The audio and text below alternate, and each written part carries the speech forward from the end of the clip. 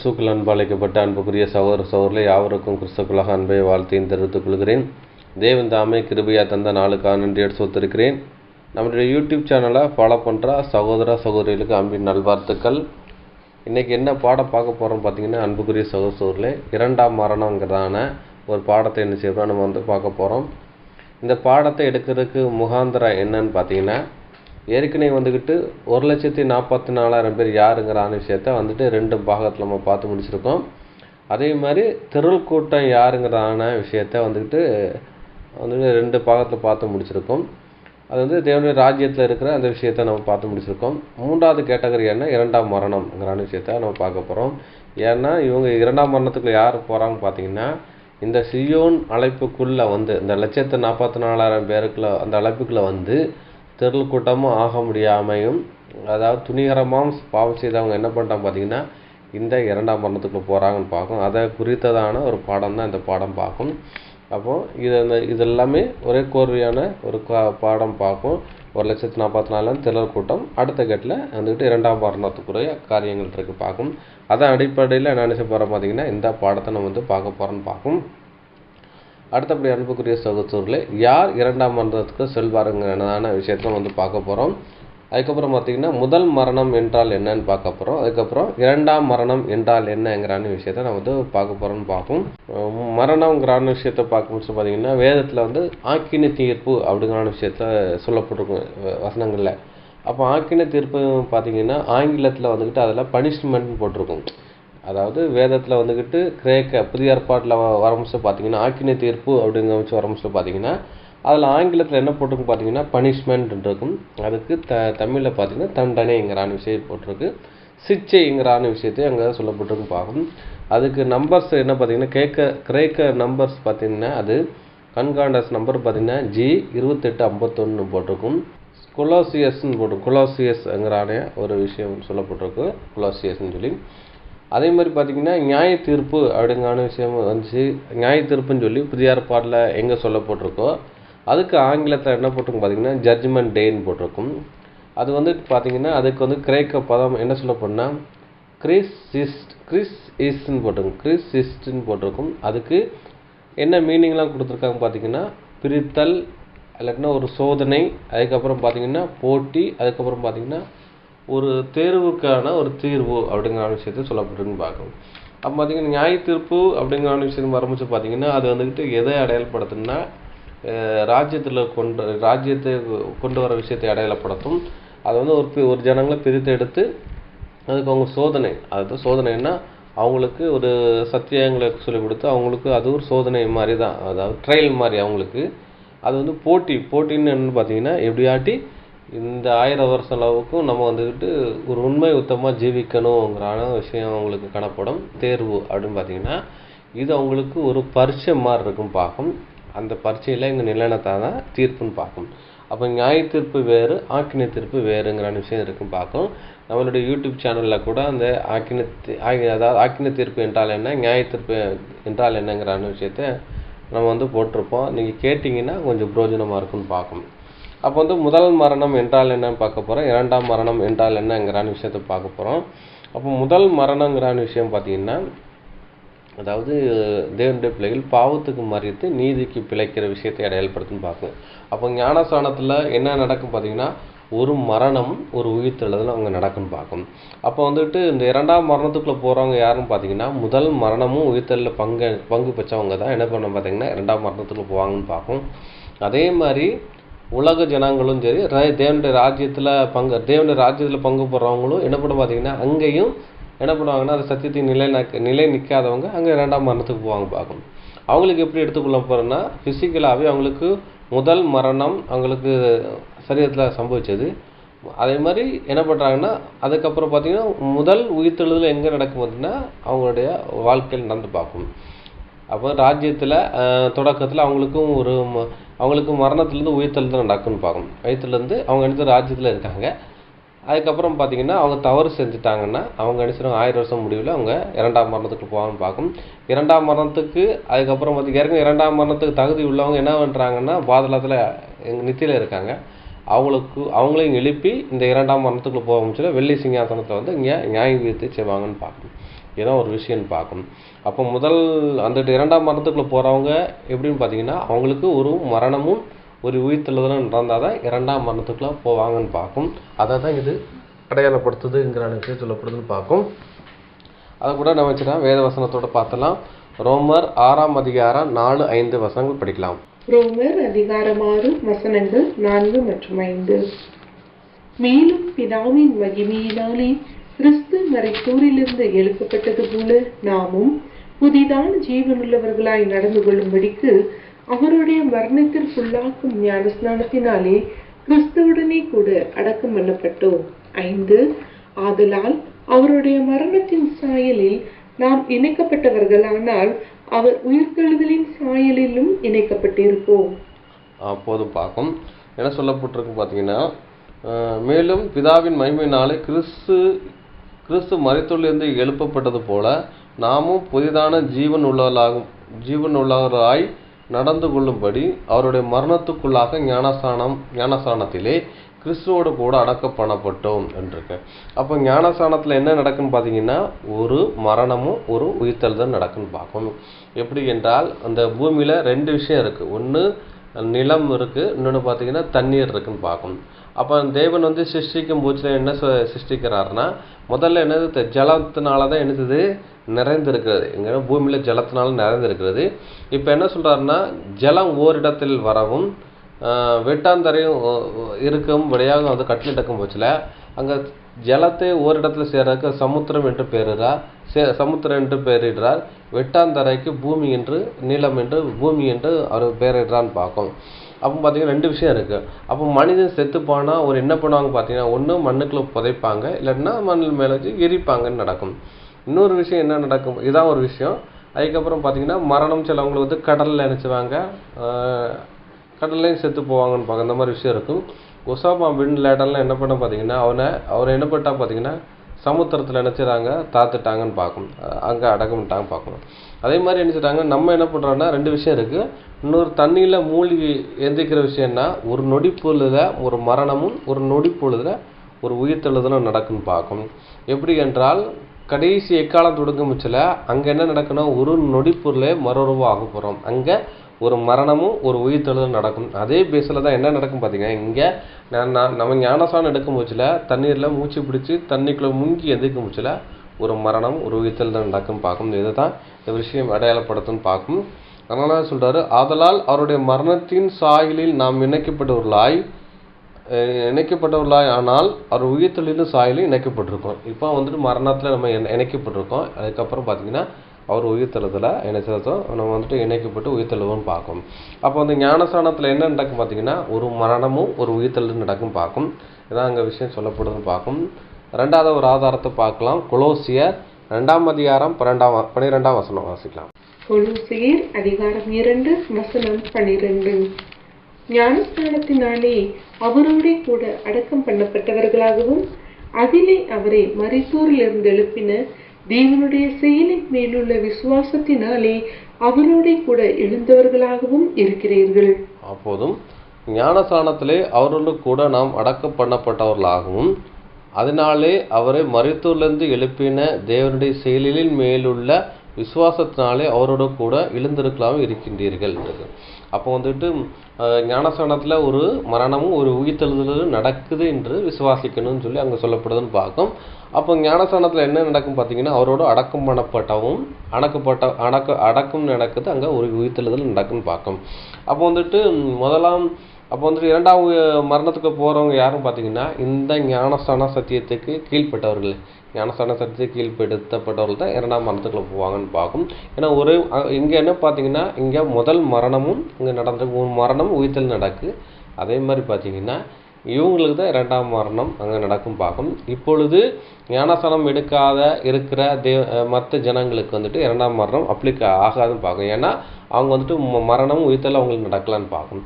அப்போ மரணமும் உயிர்த்தெழுதல் யாருக்கு நடக்குன்னா சபையாராக அழைக்கப்பட்ட அவங்களுக்கு தான் ஒரு மரணமும் உயிர்த்தெழுதல் நடக்கு. இவங்க தான் எங்கே போவாங்க பார்த்தீங்கன்னா 2ஆம் மரணத்துக்குள்ளே போவாங்கங்கிற விஷயத்தை தான் இது ஒரு விஷயம் அடையாளப்படுத்துன்னு பார்க்கும். அடுத்தபடி அன்புக்குரிய சகோதரரே, 2ஆம் மரணத்துக்குள் யார் செல்வாருங்கிறான விஷயத்தை நம்ம பார்க்க போகிறோம். அதை கூட நம்ம படிக்கலாம். மத்தேயு சுவிசேஷம் அதிகாரம் 25 வசனங்கள் 13, 14, 15, 30ங்கிறான வசனத்தை படிக்கலாம். அதை படித்தா நம்மளுக்கு ஒரு விஷயம் புரியும் பார்க்கும். 2ஆம் மரணத்துக்குள்ள யார் செல்வாங்கங்கிற விஷயத்தை நம்ம ஆண்டவர் இயேசு கிறிஸ்து ஒரு உவமை வழியாக அங்கே சொல்லியிருக்கான்னு பார்க்கும். படிச்சிடலாம். மத்தேயு அதிகாரம் 25 வசனங்கள் 13 முதல் 15 மற்றும் 30. மனுஷகுமாரன் வரும் நாளையாவது நீங்கள் அறியாதிருக்கிறபடியால் விழித்திருங்கள். அன்றியும் பரலோக ராஜ்யம் புறதேசத்துக்கு பிரயாணமாய் போகிற ஒரு மனுஷன் தன் ஊழியக்காரரை அழைத்து தன் ஆஸ்திகளை அவர்கள் வசமாய் ஒப்பு கொடுத்தது போல் இருக்கிறது. 15. அவனவனுடைய திறமைக்கு தக்கதாக ஒருவனிடத்தில் 5 தாலந்தும் ஒருவனிடத்தில் 2 தாலந்தும் ஒருவனிடத்தில் 1 தாலந்துமாக கொடுத்து உடனே பிரயாணப்பட்டு போனான். 30. பிரயோஜனமற்ற ஊழியக்காரனாகிய இவனை புறமான இருளிலே தள்ளி போடுங்கள், அங்கே அழுகையும் பற்கடிப்பும் உண்டாயிருக்கும் என்றான். அப்போது பார்க்கும். இங்கே வந்துட்டு பார்த்தீங்கன்னா ஆண்டவராகிய இயேசு கிறிஸ்து 2ஆம் வருகை குறித்ததான ஒரு கேள்வி அங்கே கேட்குறாங்க. அப்போ வந்துட்டு அங்கே அவருக்கு அதுக்கு பதில் சொல்கிறான்னு பார்க்கும். அதுதான் இங்கே சொல்கிறாரு 13ஆம் வசனத்தில், மனுஷகுமாரன் வரும் நாளிகையாவது நீங்கள் அறியாதிருக்கிறபடினால் விழித்திருங்கள். அப்போ மனுஷகுமார் எப்போ வருவார்னு சொல்லி தெரியாது. ஏன்னா அப்போ மனுஷகுமார் வந்து தான் உயிர்த்தல் நடக்கும் பார்க்கும். இந்த உயிர்த்தலில் நீங்கள் வந்துட்டு நீங்கள் பங்கு பெறணும்னா நீங்கள் எப்படிப்பட்ட மனுஷனாக இருக்குன்னு பார்த்தீங்கன்னா ஒரு உண்மையும் உள்ள ஒரு ஊழியக்காரனாக இருந்தால் தான் நீங்கள் நினச்சது உயிர்த்தலுக்குள்ளே வரணுங்கிறான விஷயத்த அவர் சொல்கிறான்னு பார்க்கும்.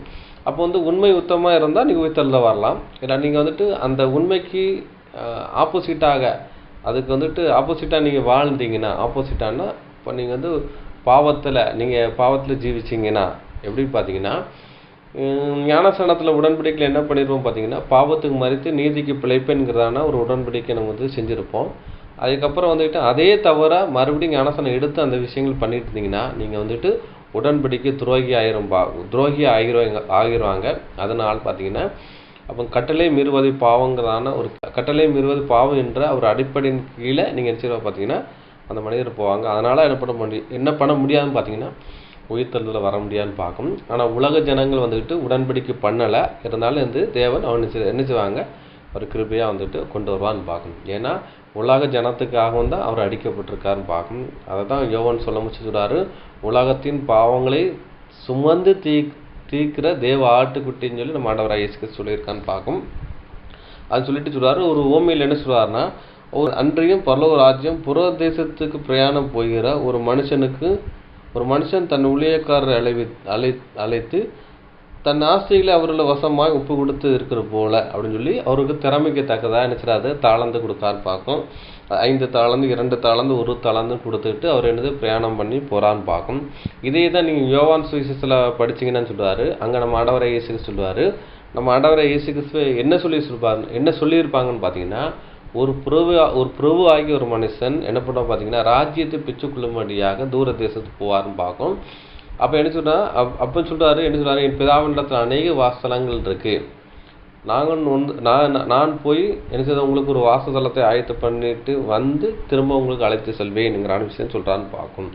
அந்த பிரபுவாகி ஒரு மனுஷன் யாருன்னா நம்ம ஆண்டவராகி இயேசு கிறிஸ்துன்னு பார்க்கும். அதை தான் சொல்கிறாரு, யூதா கோத்திரத்தில் ஒரு பிரபு வந்துக்கிட்டு பிறப்பாருங்கிறான ஒரு தீர்க்க தரிசனம் கூட இருக்குன்னு பார்க்கணும்.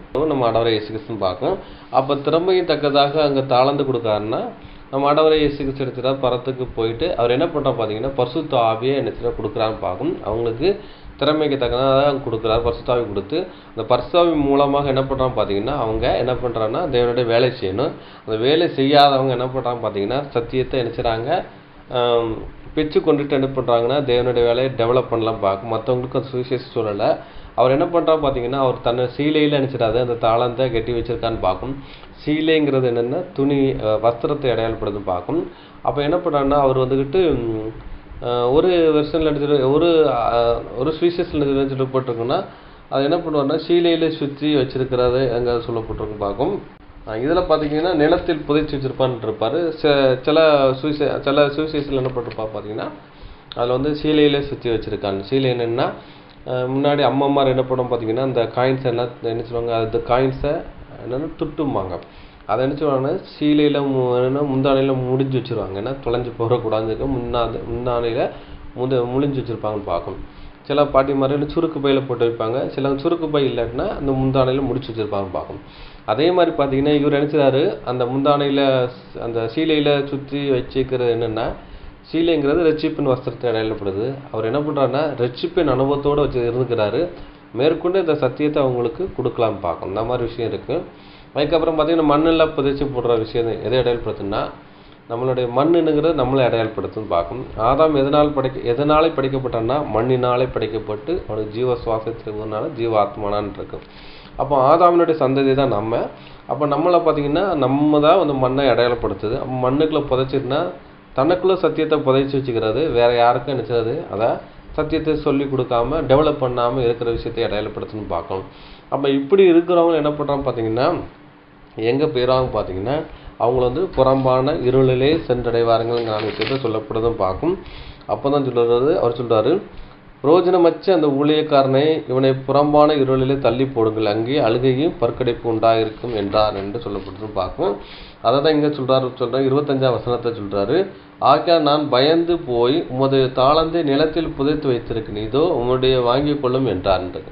அப்போ சத்தியத்தை தனக்குள்ளே வச்சுக்கிறாரு. அவர் என்ன பண்ணுறாரு பார்த்தீங்கன்னா அதை வந்து மற்றவங்களுக்கு டெவலப் பண்ணுறதுக்கு அந்த கொடுக்கலாம் பார்க்கும். ஏன்னா இவர் வந்து ஒரு ஊழியக்காரன் தான், இவருக்கு திறமையும் கொடுத்துருக்காரு, திறமைக்கு தக்கதாக அங்கே வந்துட்டு தாளந்து கொடுத்துருக்கான்னு பார்க்கும். அதான் தேவனுடைய பரிசுத்தாவி கொடுத்துருக்காரு. ஆனால் இவர் எந்த ஒரு டெவலப்மெண்ட்டுமே அங்கே செய்யாமல் இருக்கிறான்னு பார்க்கும். இன்றைக்கி பார்த்தீங்கன்னா அநேக மிஷினரிகள் எங்கே வந்தாங்க பார்த்தீங்கன்னா இந்திய தேசத்தில் வராங்க. நாடு விட்டு நாடு கண்ட விட்டு கண்டம்லாம் வந்து விளைஞ்சிருக்கான்னு பார்க்கும். ஆனால் இன்றைக்கி நம்ம வந்துக்கிட்டு சத்திய வசனங்களை பெற்றுக்கொண்டு நம்ம பக்கத்தில் மனைவிக்கோ பிள்ளைகளுக்கோ இல்லாட்டினா நம்ம உற்சாக உறவினருக்கோ யாருக்குமே சொல்லலாட்டின்னு வைங்களேன், நம்ம என்ன ஆயிரும் பார்த்தீங்கன்னா நம்மளும் ஒரு புறம்பான இருளுக்குள்ளே பெரும் பார்க்கும். அதனால் அட்லீஸ்ட் ஒருத்தருக்காட்டி சத்தியம் சொல்லி நம்ம இந்த சத்தியத்திற்கு கொண்டு வந்தால் அது என்ன செய்யுது, தேவனுடைய பார்வையில் அது கிருபையாக இருக்குன்னு பார்க்கும். அது வந்துட்டு தாளந்தை சம்பாதிக்கிற ஒரு விஷயத்தை அடையாளப்படுத்துகிற விதமாக இருக்குன்னு பார்க்கும். அப்போ வந்துட்டு யார் புறம்பான இருளுக்குள் போவான்னு பார்த்தீங்கன்னா, இந்த புறம்பான இருளுங்கிற விஷயம் எதை அடையாளப்படுத்துன்னா இது வந்து ஒரு ஜட்ஜ்மெண்ட்டை அடையாளப்படுத்துன்னு பார்க்கும். அப்போ பார்த்தீங்கன்னா 2ஆம் மரணத்துக்குள்ளே போகிறாங்க. என்ன பண்ணுறாங்க பார்த்தீங்கன்னா அவங்க வந்துட்டு அவங்க முதலாம் உயிர்த்தலில் பங்கு பெற மாட்டாங்க. ஏன்னா பாதாளத்தில் அவங்க நினச்சிவாங்க அங்கே அடைச்சி வச்சுருப்பாங்கன்னு பார்க்கணும். அப்போ வந்துட்டு பாதாளத்தில் அடைத்து வச்சுருப்பாங்க. அதுக்கப்புறம் வந்து கடைசி வெள்ளை சிங்காசனத்தில் அவங்களுக்கு தான் 2ஆம் மரணத்துக்குள்ளே கொண்டு போவாங்கன்னு பார்க்கணும். அப்போ வந்துட்டு புறம்பான இருளுங்கிறது என்னென்னா ஒரு ஜட்ஜ்மெண்ட், இவங்களுக்கு அவர் ஆக்கின தீர்ப்பு உண்டாகிற விஷயத்தை அடையாளப்படுதுன்னு பார்க்கணும்.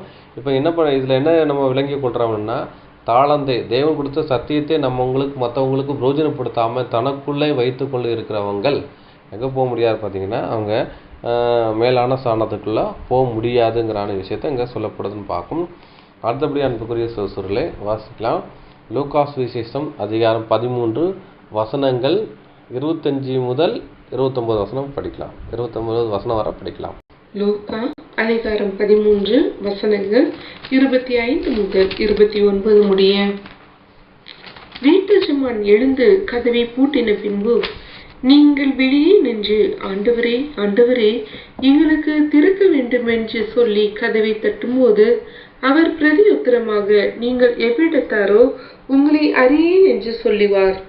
அப்பொழுது நீங்கள், உம்முடைய சமூகத்தில் போஜனபானம் பண்ணினோமே, நீர் எங்கள் வீதிகளில் போதகம் பண்ணினீரே என்று சொல்லுவீர்கள். ஆனாலும் அவர், நீங்கள் எவ்விடத்தாரோ உங்களை அறியேன், அக்கிரமக்காரராகிய நீங்கள் எல்லாரும் என்னை விட்டு அகன்று போங்கள் என்று சொல்லுவார் என்று உங்களுக்கு சொல்கிறேன்.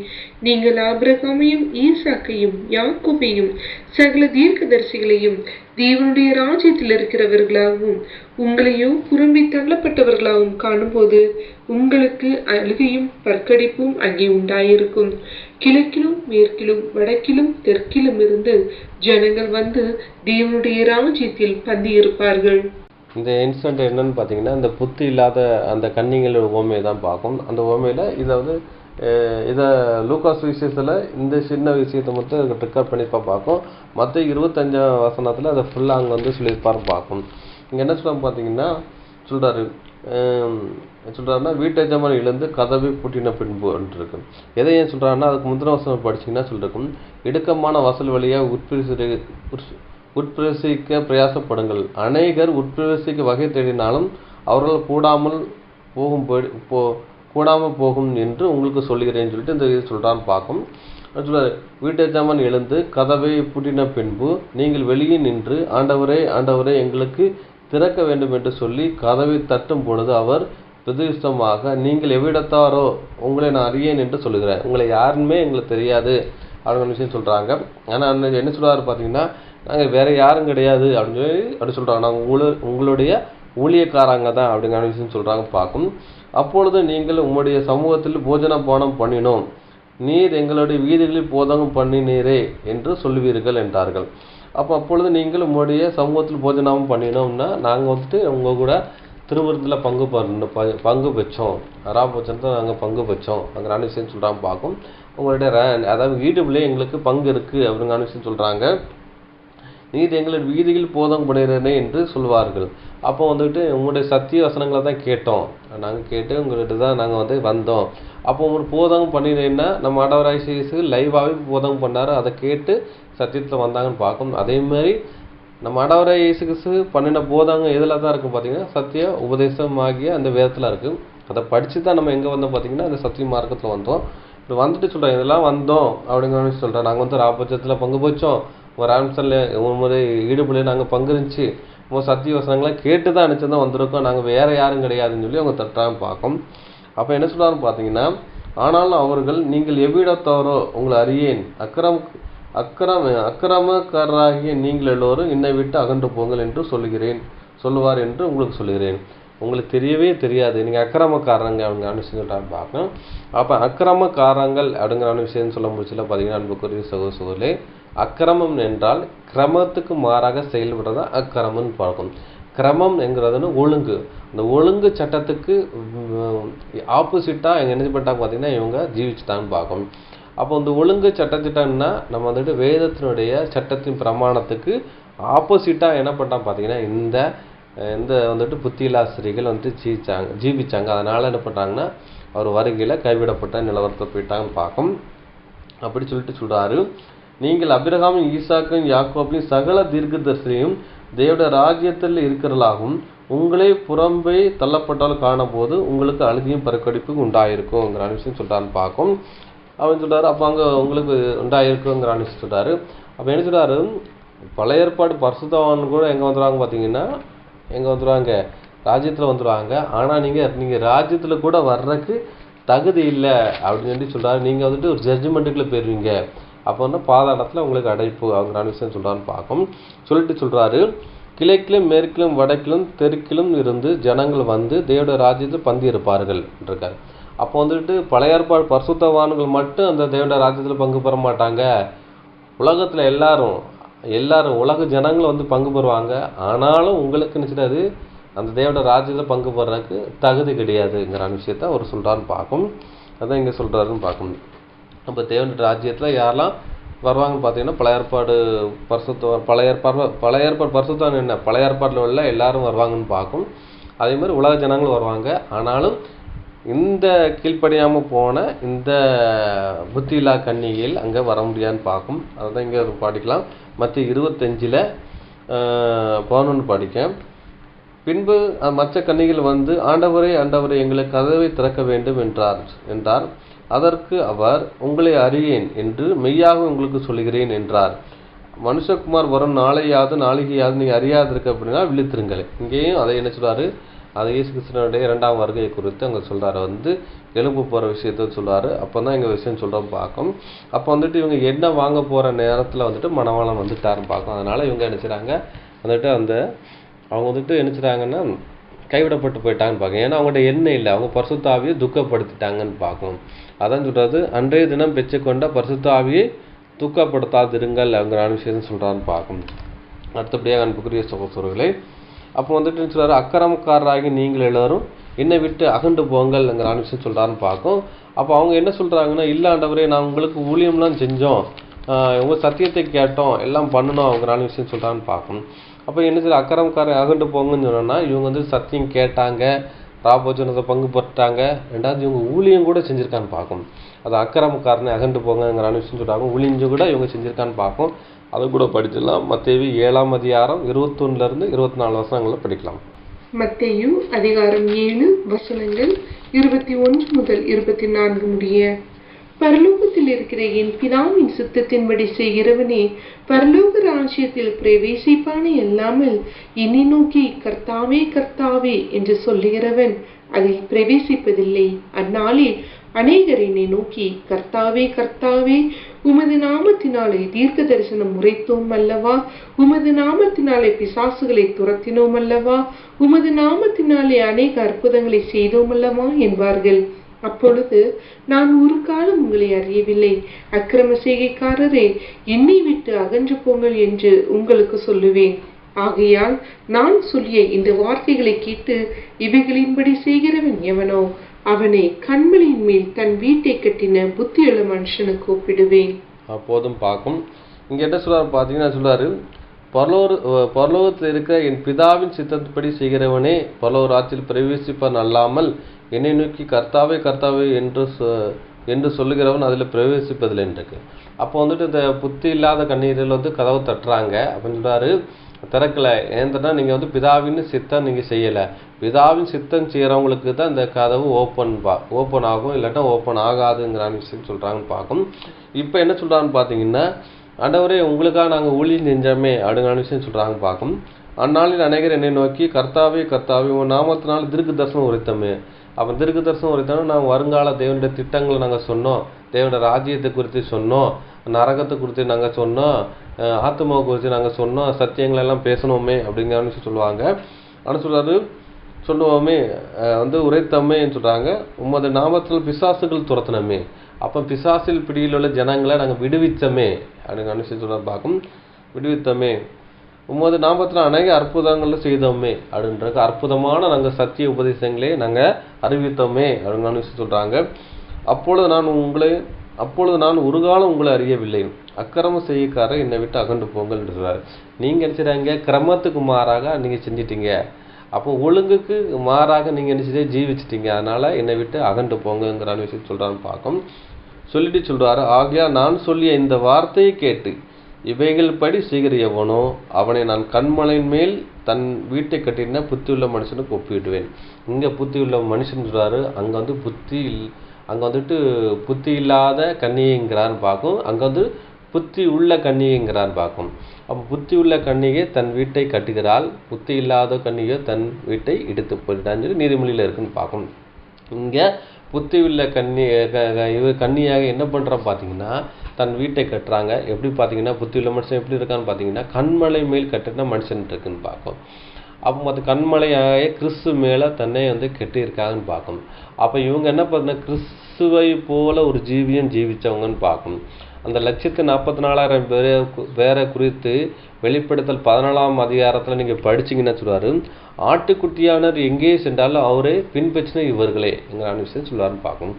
அப்போ அப்போ 1,44,000 அவங்க தான் எங்கே போகிறாங்க பார்த்தீங்கன்னா, அங்கே எங்கே போகிறாங்கன்னா பரலோக ராஜ்யத்துக்கு போகிறாங்க பார்க்க. இந்த தகுதி இவங்க இழந்துறாங்கன்னு பார்க்க. ஏன்னா இவங்க கண்மலையை கிறிஸ்துவின் அடிச்சுவடிகளை இவங்க பின்பற்றலைன்னு பார்க்கணும். இவங்க வீடு கட்டப்படலை, கட்டி எழுப்பலைங்கிற விஷயத்தை இங்கே சொல்லப்படுதுன்னு பார்க்கும். அடுத்தபடி அன்புக்குரிய சகோதரர்களை படிச்சிடலாம். மத்தேயு 22ஆம் அதிகாரம் 10, 11, 12, 13, 14 வசனங்களை படிச்சலாம் பார்ப்போம். அந்த ஊழியக்காரர் புறப்பட்டு வழியிலே போய் தங்கள் கண்ட நல்லோரையும் பொல்லாரையும் யாவரையும் கூட்டி கொண்டு வந்தார். கல்யாண சாலை விருந்துகளால் நிறந்ததுங்கிற விஷயம் சொல்கிறான்னு பார்க்கும். இங்கே ஒரு ஓமையில் சொல்கிறாரு, கல்யாண வீட்டு ஒரு ஓமையில் இங்கே சொல்கிறான்னு பார்க்கும். இங்கே நம்ம ஆண்டவராகிய இயேசு கிறிஸ்து மணவாளன் போலவும் இங்கே ஒரு மணவாட்டி காரியங்களை குறித்து இங்கே சொல்லப்படுதுன்னு பார்க்கும்.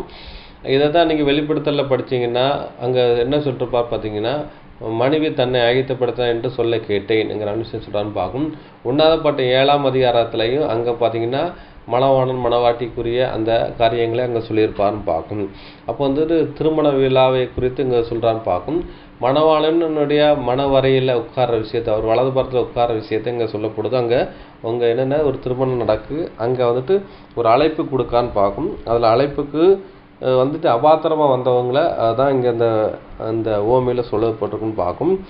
சொல்லிருக்காரு, விருந்தாளிகளை பார்க்கும்படியாக ராஜா உள்ளே பிரவேசித்த போது கல்யாண வஸ்திரம் தெரியாத ஒரு மனுஷனை அங்கே கண்டு அப்படிங்கிற சொல்கிறான்னு பார்க்கும். இந்த கல்யாண வஸ்திரம் என்றால் என்னன்னு பார்த்தீங்கன்னா, நம்ம வந்து சங்கீதம் 45ஆம் சங்கீதத்தில் திரள் கூட்டம் 2ஆம் பாகத்தில் வந்துட்டு நம்ம பாடம் படித்தோம். அதில் வந்து கல்யாண வஸ்திரம் இருக்குது. அப்போ அந்த கல்யாண வஸ்திரம் பார்த்தீங்கன்னா, அங்கே வந்துட்டு ராஜேஸ்வரி என்ன பண்ணுறா பார்த்தீங்கன்னா கல்யாண வஸ்திரம் அணிஞ்சிருக்காங்க.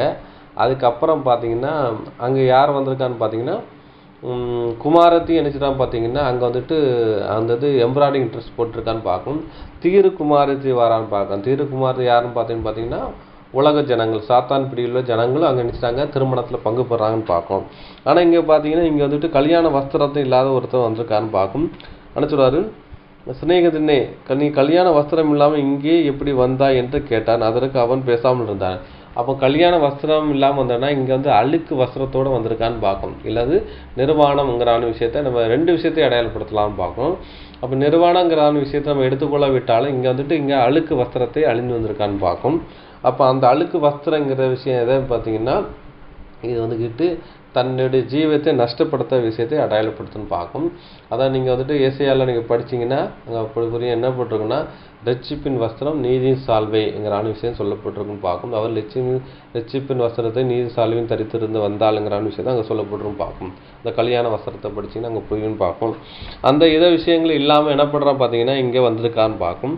அப்பொழுது நினைச்சிடாது, அப்பொழுது ராஜா பணிவிடக்காரை நோக்கி இவனை கையும் காலையும் கட்டி கொண்டு அழுகியும் பற்கடிப்பு உண்டாகிற புறம்பான இருளிலே போடுங்கள் என்றார் என்று. அப்போ பார்த்தீங்கன்னா இங்கே போடுறான்னு இருக்காரு. அப்போ பார்த்தீங்கன்னா இவங்க யாருன்னா கல்யாண அழைப்புக்கு வந்திருக்கவங்க தான், அழைப்பில் உள்ளவங்க. வந்தவர் என்ன பண்ணுறாருன்னா அந்த அழைப்பாக வந்துட்டு அவர் வந்துட்டு கல்யாண வஸ்திரத்தை தீட்டுப்பட்டு தான் பார்க்கணும். அப்போ அதனால் இவர் எங்கே போகிறான்னு பார்த்தீங்கன்னா புறம்பான இருளுக்குள்ளே போகிறான்னு பார்க்கும். அப்படின்னா அவர் ஒரு ஜட்ஜ்மெண்ட்டுக்குள்ளே போயிடுறான்னு பார்க்கும். 2ஆம் மரணத்துக்குள்ளே போகிறதுக்கு அவரை போயிடுறான்னு பார்க்கும்.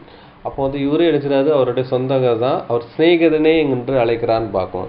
அப்போ சிநேகிதனே என்று பார்த்தீங்கன்னா யாரை சொல்கிறான்னு பார்த்தீங்கன்னா யூதாசை குறித்து சொல்கிறான்னு பார்க்கும். என்னென்ன நீங்கள் சிநேகிதன்ங்கிற விஷயம் சொல்கிறான்னு பார்க்கும். அப்போ அந்த சிநேகிதன் என்று சொல்ல முடிச்சு பார்த்தீங்கன்னா அன்புக்குரிய சோதரில் இவர் ஒரு சீசனை அடையாளப்படுத்துன்னு பார்க்கும். அதை தான் நீங்கள் சொல்ல முடிச்சு பார்த்தீங்கன்னா யோவான் 15:14-15 அங்கே சொல்ல முடிச்சுல என்ன சொல்கிறாருன்னா நான் கற்பித்த யாவது நீங்கள் செஞ்சீங்கன்னா நீங்கள் நினச்சது நீங்கள் என்ன சிநேகிதாக இருப்பீங்கிறான விஷயம் சொல்கிறான்னு பார்க்கும். யூதாச காரியத்தை குறித்து சொல்கிறாரு என் சிநேகிதன் என்று சொல்கிறாரு. அதுக்கப்புறம் என்ன சொல்கிறாரு அவர் முத்தமிட்டு காட்டி கொடுத்தனால அங்கே துரோகிங்கிறான விஷயத்த சொல்கிறான்னு பார்க்கணும். அப்போ அந்த சிநேகிதன்ங்கிறான விஷயம் யாரை அடையாளப்படுத்தினா அங்கே சீசனை அடையாளப்படுத்துன்னு பார்க்கும். அந்த கல்யாண வீட்டுக்கு வந்தது யாரும் பார்த்தீங்கன்னா அங்கே சிநேகிதன் பார்க்கும். சிநேகிதன் யாரும் பார்த்தீங்கன்னா அவர் தேவனுடைய வேலை செஞ்ச சீசனை இதை அடையாளப்படுத்துதுன்னு பார்க்கும். படிச்சிடலாம். யோவான் 15ஆம் அதிகாரம் 14-15 வசனங்கள் படிச்சிடலாம். யோவான் அதிகாரம் 15 வசனங்கள் 14 மற்றும் 15. நான் உங்களுக்கு கற்பிக்கிற யாவையும் நீங்கள் செய்வீர்களானால் என் சிநேகிதராக இருப்பீர்கள். இனி நான் உங்களை ஊழியக்காரர் என்று சொல்லுகிறதில்லை. ஊழியக்காரன் தன் எஜமான் செய்கிறதை அறிய மாட்டான். நான் உங்களை சிநேகிதர் என்றேன். ஏனெனில் என் பிதாவினிடத்தில் நான் கேள்விப்பட்ட எல்லாவற்றையும் உங்களுக்கு அறிவித்தேன். அப்போதும் பார்க்கும் என்ன சொல்ற, நான் உங்களுக்கு கற்பித்த யாவற்றையும் நீங்கள் செய்வீர்களானால் எனக்கு சிநேகிதராக இருப்பீங்கிறான்னு சொல்கிறான்னு பார்க்கும். இனி நான் உங்களை ஊழியக்காரன் என்று சொல்வதில்லை. ஊழியக்காரன் தன் எஜமான் செய்கிறது அறிய மாட்டான்ட்டு. ஒரு எஜமான் என்ன பண்ணுறோம்னா கட்டளை மட்டும் தான் சொல்லுவார். ஆனால் வந்துட்டு தன் மனசில் வச்சுருக்க எதையுமே உட்காந்து ஷேர் பண்ண மாட்டான்னு பார்க்கணும். அப்போ ஸ்நேகிதன்கிட்ட தான் என்ன சொல்ல கூப்பிட்டு உட்காந்து தான் செய்கிற விஷயங்களை ஷேர் பண்ணி என்ன செய்வார் பார்த்தீங்கன்னா அதை வந்துட்டு செய்வான்னு பார்க்கும். ஆனால் வந்துட்டு நம்ம ஆண்டவராகிய இயேசு கிறிஸ்து என்ன பண்ணுறாரு பார்த்தீங்கன்னா இங்கே ஸ்நேகிதனாக தான் என்ன செய்ய சீசனை அழைச்சிருக்கான்னு பார்க்கும். ஊழியக்காரன் கிடையாது. ஊழியக்காரன் ஒரு அடிமை போல் நினச்ச அங்கே வந்துட்டு அவர் அவரை வந்து நடத்தலை, ஸ்நேகிதனாக இங்கே நடத்துகிறான்னு பார்க்கலாம். அதான் சொல்கிறாரு நான் உங்கள்கிட்ட எதையுமே மறைக்கலை. நான் வந்து பிதா என்கிட்ட என்ன சொன்னாரோ அதை எல்லாத்தையும் உங்கள்கிட்ட சொல்லிட்டேங்கிற விஷயம் சொல்லுவான்னு பார்க்கும். நான் உங்களுடைய சிநேகிதன் என்றேன், ஏனெனில் என் பிதாவினிடத்தில் கேள்விப்பட்ட எல்லாவற்றையும் உங்களுக்கு அறிவித்தேன் இருக்கார். அப்போ வந்துட்டு கல்யாண வஸ்திரம் இல்லாத அந்த மனுஷன் யாருன்னு பார்த்தீங்கன்னா தேவனுடைய இயேசு கிறிஸ்துக்கு ஒளிஞ்செஞ்ச அந்த சீசனை அடையாளப்படுத்துன்னு பார்க்கும். அந்த சீசனை யாரை அடையாளப்படுத்தினா நம்மளை அடையாளப்படுத்துன்னு பார்க்கும். ஏன்னா இப்போ நம்ம வந்து தேவனுடைய வேலை செய்கிற ஊழியர்களை அடையாளப்படுத்தும். அவர் வந்து எல்லா தேவனுடைய திட்டங்களையும் நம்மளுக்கு போதிச்சிருக்கான்னு பார்க்கும். இயேசு கிறிஸ்துனுடைய 2ஆம் வருகையை குறித்து அவர் சொல்லியிருக்காரு, காலக்கணக்குகளை குறித்து சொல்லியிருக்காரு. அதுக்கப்புறம் யாரெல்லாம் ராஜ்யத்தில் வருவாங்க, யாரெல்லாம் வந்து சீயோன் அழைப்புக்குள்ளே போவாங்க, எல்லா திட்டங்களையும் நமக்கு சொல்லியிருக்காரு. நம்மளுடைய யூடியூப் சேனலில் கூட நம்ம வந்து பதிவிட்டிருக்கோன்னு பார்க்கணும். அப்போ எல்லாத்தையுமே நினைச்சாரு தேவனுடைய பரிசுத்த ஆவியின் என்ன செய்றாரு, அந்த பலத்தினால் என்ன செய்றாரு, போதிக்கிறான்னு பார்க்கணும். எப்படி என்றால் இன்னைக்கு வந்துட்டு வாட்ஸ்அப்பில் ஒரு என்ன செய்யறது, ஒரு அப்டேட் வந்திருக்கு. என்னென்னா ஏஐ தொழில்நுட்பங்களோட அப்டேட் வந்திருக்குன்னு பார்க்கணும். ஏஐ அந்த தொழில்நுட்பத்தில் நம்ம வந்து எந்த கேள்வி கேட்டாலும் அது வந்துட்டு மறைக்காமல் அந்த வித்தின் செகண்டில் என்ன செய்யுது, நம்மளுக்கு திருப்பி ரிப்ளை பண்ணுதுன்னு பார்க்கும். நீங்கள் பார்த்தீங்கன்னா நம்ம வாட்ஸ்அப்பில் பாருங்கள், ஒரு ரவுண்டாக ஒரு இருக்கும் பார்க்கும், அந்த ஏஐ டெக்னாலஜின்னு பார்க்கும். இதில் நீங்கள் என்ன கேள்வி கேட்டாலும் அது நமக்கு ஆன்சர் பண்ணும் பார்க்கும், அது மறைக்காமல் ஆன்சர் பண்ணி பார்க்கும். அதே மாதிரி தான் நமக்கும் தேவன் என்ன பண்ணுறாருன்னா பரிசுத்த ஆவியை கொடுத்துருக்காரு. நம்ம என்ன கேள்வி வேதத்துலேருந்து கேட்டாலும் தேவன் பரலோகத்திலேருந்து தேவ ஆவி மூலமாக நமக்கு பதில் கொடுக்கான்னு பார்க்கும். இதை தான் அடையாளப்படுத்து, நமக்கு ஒன்றையுமே மறைக்கிறதில்லை.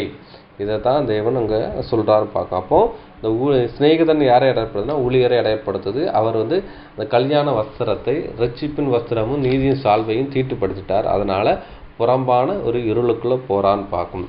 அடுத்தபடி அன்புக்குரிய சகோதரர்களை வாசிக்கலாம். 119ஆம் சங்கீதம் வந்துட்டு 58ஆம் வசனம் படிக்கலாம். ஏன்னா இங்கே என்ன சொல்றாரு, என் கற்பிக்கிற யாவத்தையும் கை கொண்டாதான் என்ன சிநேகிதா இருக்க முடியும்னு சொல்றாரு. ஆனால் சங்கீதத்தை சொல்ல முடிச்சா என்ன சொல்றாருன்னா, உமது வசனத்தை காத்துக்கொள்ளா துரோகி என்கிற விஷயம் சொல்றான்னு பார்க்கும். அப்போ வந்துட்டு பார்த்தீங்கன்னா யூதாஸை குறித்து சொல்ல முடிச்சு என்ன சொல்றாரு, யூதாஸ் துரோகின்னு சொல்றாரு. ஏன்னா அவர் வந்துட்டு தேவனுடைய சத்தியத்துக்கு ஆப்போசிட்டாக அங்கே செயல்பட்டான்னு பார்க்கும். அதே மாதிரி நம்ம வந்துட்டு சத்தியத்துக்கு ஆப்போசிட்டாக நம்மளும் ஒரு ஜீவியம் பண்ணிட்டோம்னா நம்மள் யாருன்னு பார்த்தீங்கன்னா நம்மளும் ஒரு துரோகி தான் பார்க்கும். யூதாஸை போல துரோகி. நம்ம யூதாஸை போல நம்ம ஆண்டவராக இயேசு கிறிஸ்துவை காட்டி கொடுத்தோம். யூதாஸ் என்ன செய்யறது, நம்ம ஆண்டவராக இயேசு கிறிஸ்து சிலுவையில் அறிய ஒப்பு கொடுத்தான்னு பார்க்கும். அதே மாதிரி என்ன செய்யறது, நம்மளும் என்ன செய்யறது, அதாவது மறுபடியும் நம்ம செய்த தவறுகளை மறுபடியும் செஞ்சோம்னா நம்மளும் நம்ம ஆண்டவராக இயேசு கிறிஸ்து மறுபடியும் சிலுவையில் அறைய ஒப்பு கொடுத்ததற்கு சமமாக இருக்கும்னு பார்க்கும். அப்போது பாவத்தை அறிக்கை பண்ண அதே பாவத்தை தொடர்ந்து துணிகரமாக செய்யும் போச்சில் எதை தான் இருக்குன்னா யூதாஸ் மாதிரி துரோகி, யூதாஸ் இயேசு கிறிஸ்துவை சிலுவையில் அறைய ஒப்பு கொடுத்தான்னு பார்க்கும். அதே மாதிரி நம்மளும் என்ன பண்ணுறோம் பார்த்தீங்கன்னா இயேசு கிறிஸ்துவ மறுபடியும் சிலுவையில் நம்ம வந்து சுத்தியலால் அடிக்கிறதுக்கு ஒரு நிழலாக இந்த காரியம் இருக்குன்னு பார்க்கும். அன்புக்குரிய சகோதரர்களே 119ஆம் சங்கீதம் 158ஆம் வசனங்களை படிக்கலாம். சங்கீதம் அதிகாரம் 119 வசனம் 158. உமது வசனத்தை காத்து கொள்ளாத துரோகிகளை நான் கண்டபோது எனக்கு அருவருப்பாய் இருந்தது. இப்போ வசனத்தை காத்து கொள்ளாத இந்த துரோகிகளை கண்டபோது என்ன செய்யறது பார்த்தீங்கன்னா எனக்கு வந்துட்டு அருவருப்பாக இருந்ததுங்கிற விஷயம் சொல்லப்படுதுன்னு பார்க்கும். அப்போ வந்துட்டு அந்த கல்யாண வஸ்திரத்தில் அந்த கல்யாண வீட்டுக்கு வந்திருக்காரு அந்த சீசன், அந்த சிநேகிதன். அவர் போட்டிருக்க ட்ரெஸ்ஸு எடுத்து பார்த்தீங்கன்னா அழுக்கான அந்த ட்ரெஸ்ஸு அதை வந்துட்டு பார்த்தீங்கன்னா அது அருவருக்கத்தக்க விஷயமா இருக்குன்னு பார்க்கும். ஏன்னா அந்த ரட்சிப்பின் வஸ்திரத்தையும் நீதி சால்வையும் தீட்டுப்படுத்தி அழுக்காக வச்சிருக்காங்க, அருவருப்பான விஷயமா இருக்குன்னு பார்க்கும். இது எதை அடையாளப்படுத்துதுன்னா வசனத்தை காத்துக்கொள்ளாத துரோகிகளை நான் கண்டபோது எனக்கு அருவருப்பாக இருந்தது. அப்போ வந்துட்டு இவங்க துரோகிகள், அவங்க வந்து அருவருப்பானவர்கள்னு பார்க்கும். இது யூதாஸுக்கு நிலட்டமான விஷயம் அடையாளப்படுது பார்க்கும். யூதாஸ் எப்படி செத்தான்னு வந்து நாண்டு கொண்டு செத்தான்னு பார்க்கும். அவருடைய மரணம் அதை அடையாளப்படுத்துன்னு பார்க்கும். அது வந்து நிலாட்டம், அது எதுக்கு நிலாட்டமாக இருக்குன்னா நம்மளுடைய ஜீவியத்தில் அது 2ஆம் மரணத்துக்கு நிலாட்டமாக இருக்குன்னு பார்க்கும். ஏன்னா 12 அஸ்திபாரத்து கற்களாக இருக்க வேண்டிய அந்த யூதாஸு என்ன பண்ணிட்டா பார்த்தீங்கன்னா உலக ஜனத்தோட இன்னொரு வாய்ப்புக்குள்ளே வர்றதுக்கு வாய்ப்பு இருக்குன்னு பார்க்கும். ஆனால் நம்ம என்ன பண்ண முடியும் பார்த்தீங்கன்னா நமக்கு வர முடியாதுன்னு பார்க்கும். யூதாஸுக்காக ஒரு வாய்ப்பு இருக்குது. அவர் வந்துட்டு கடைசியில் மனசாப்படுறாரு, குச்சம் இல்லாத ரத்தத்தை காட்டி கொடுத்தனேங்கிறான மனசாப்படுறதுனால கூட என்ன பண்ணிடுறாரு பார்த்தீங்கன்னா அவர் வந்துக்கிட்டு ராஜ்யத்தில் கூட வந்துடுவார்.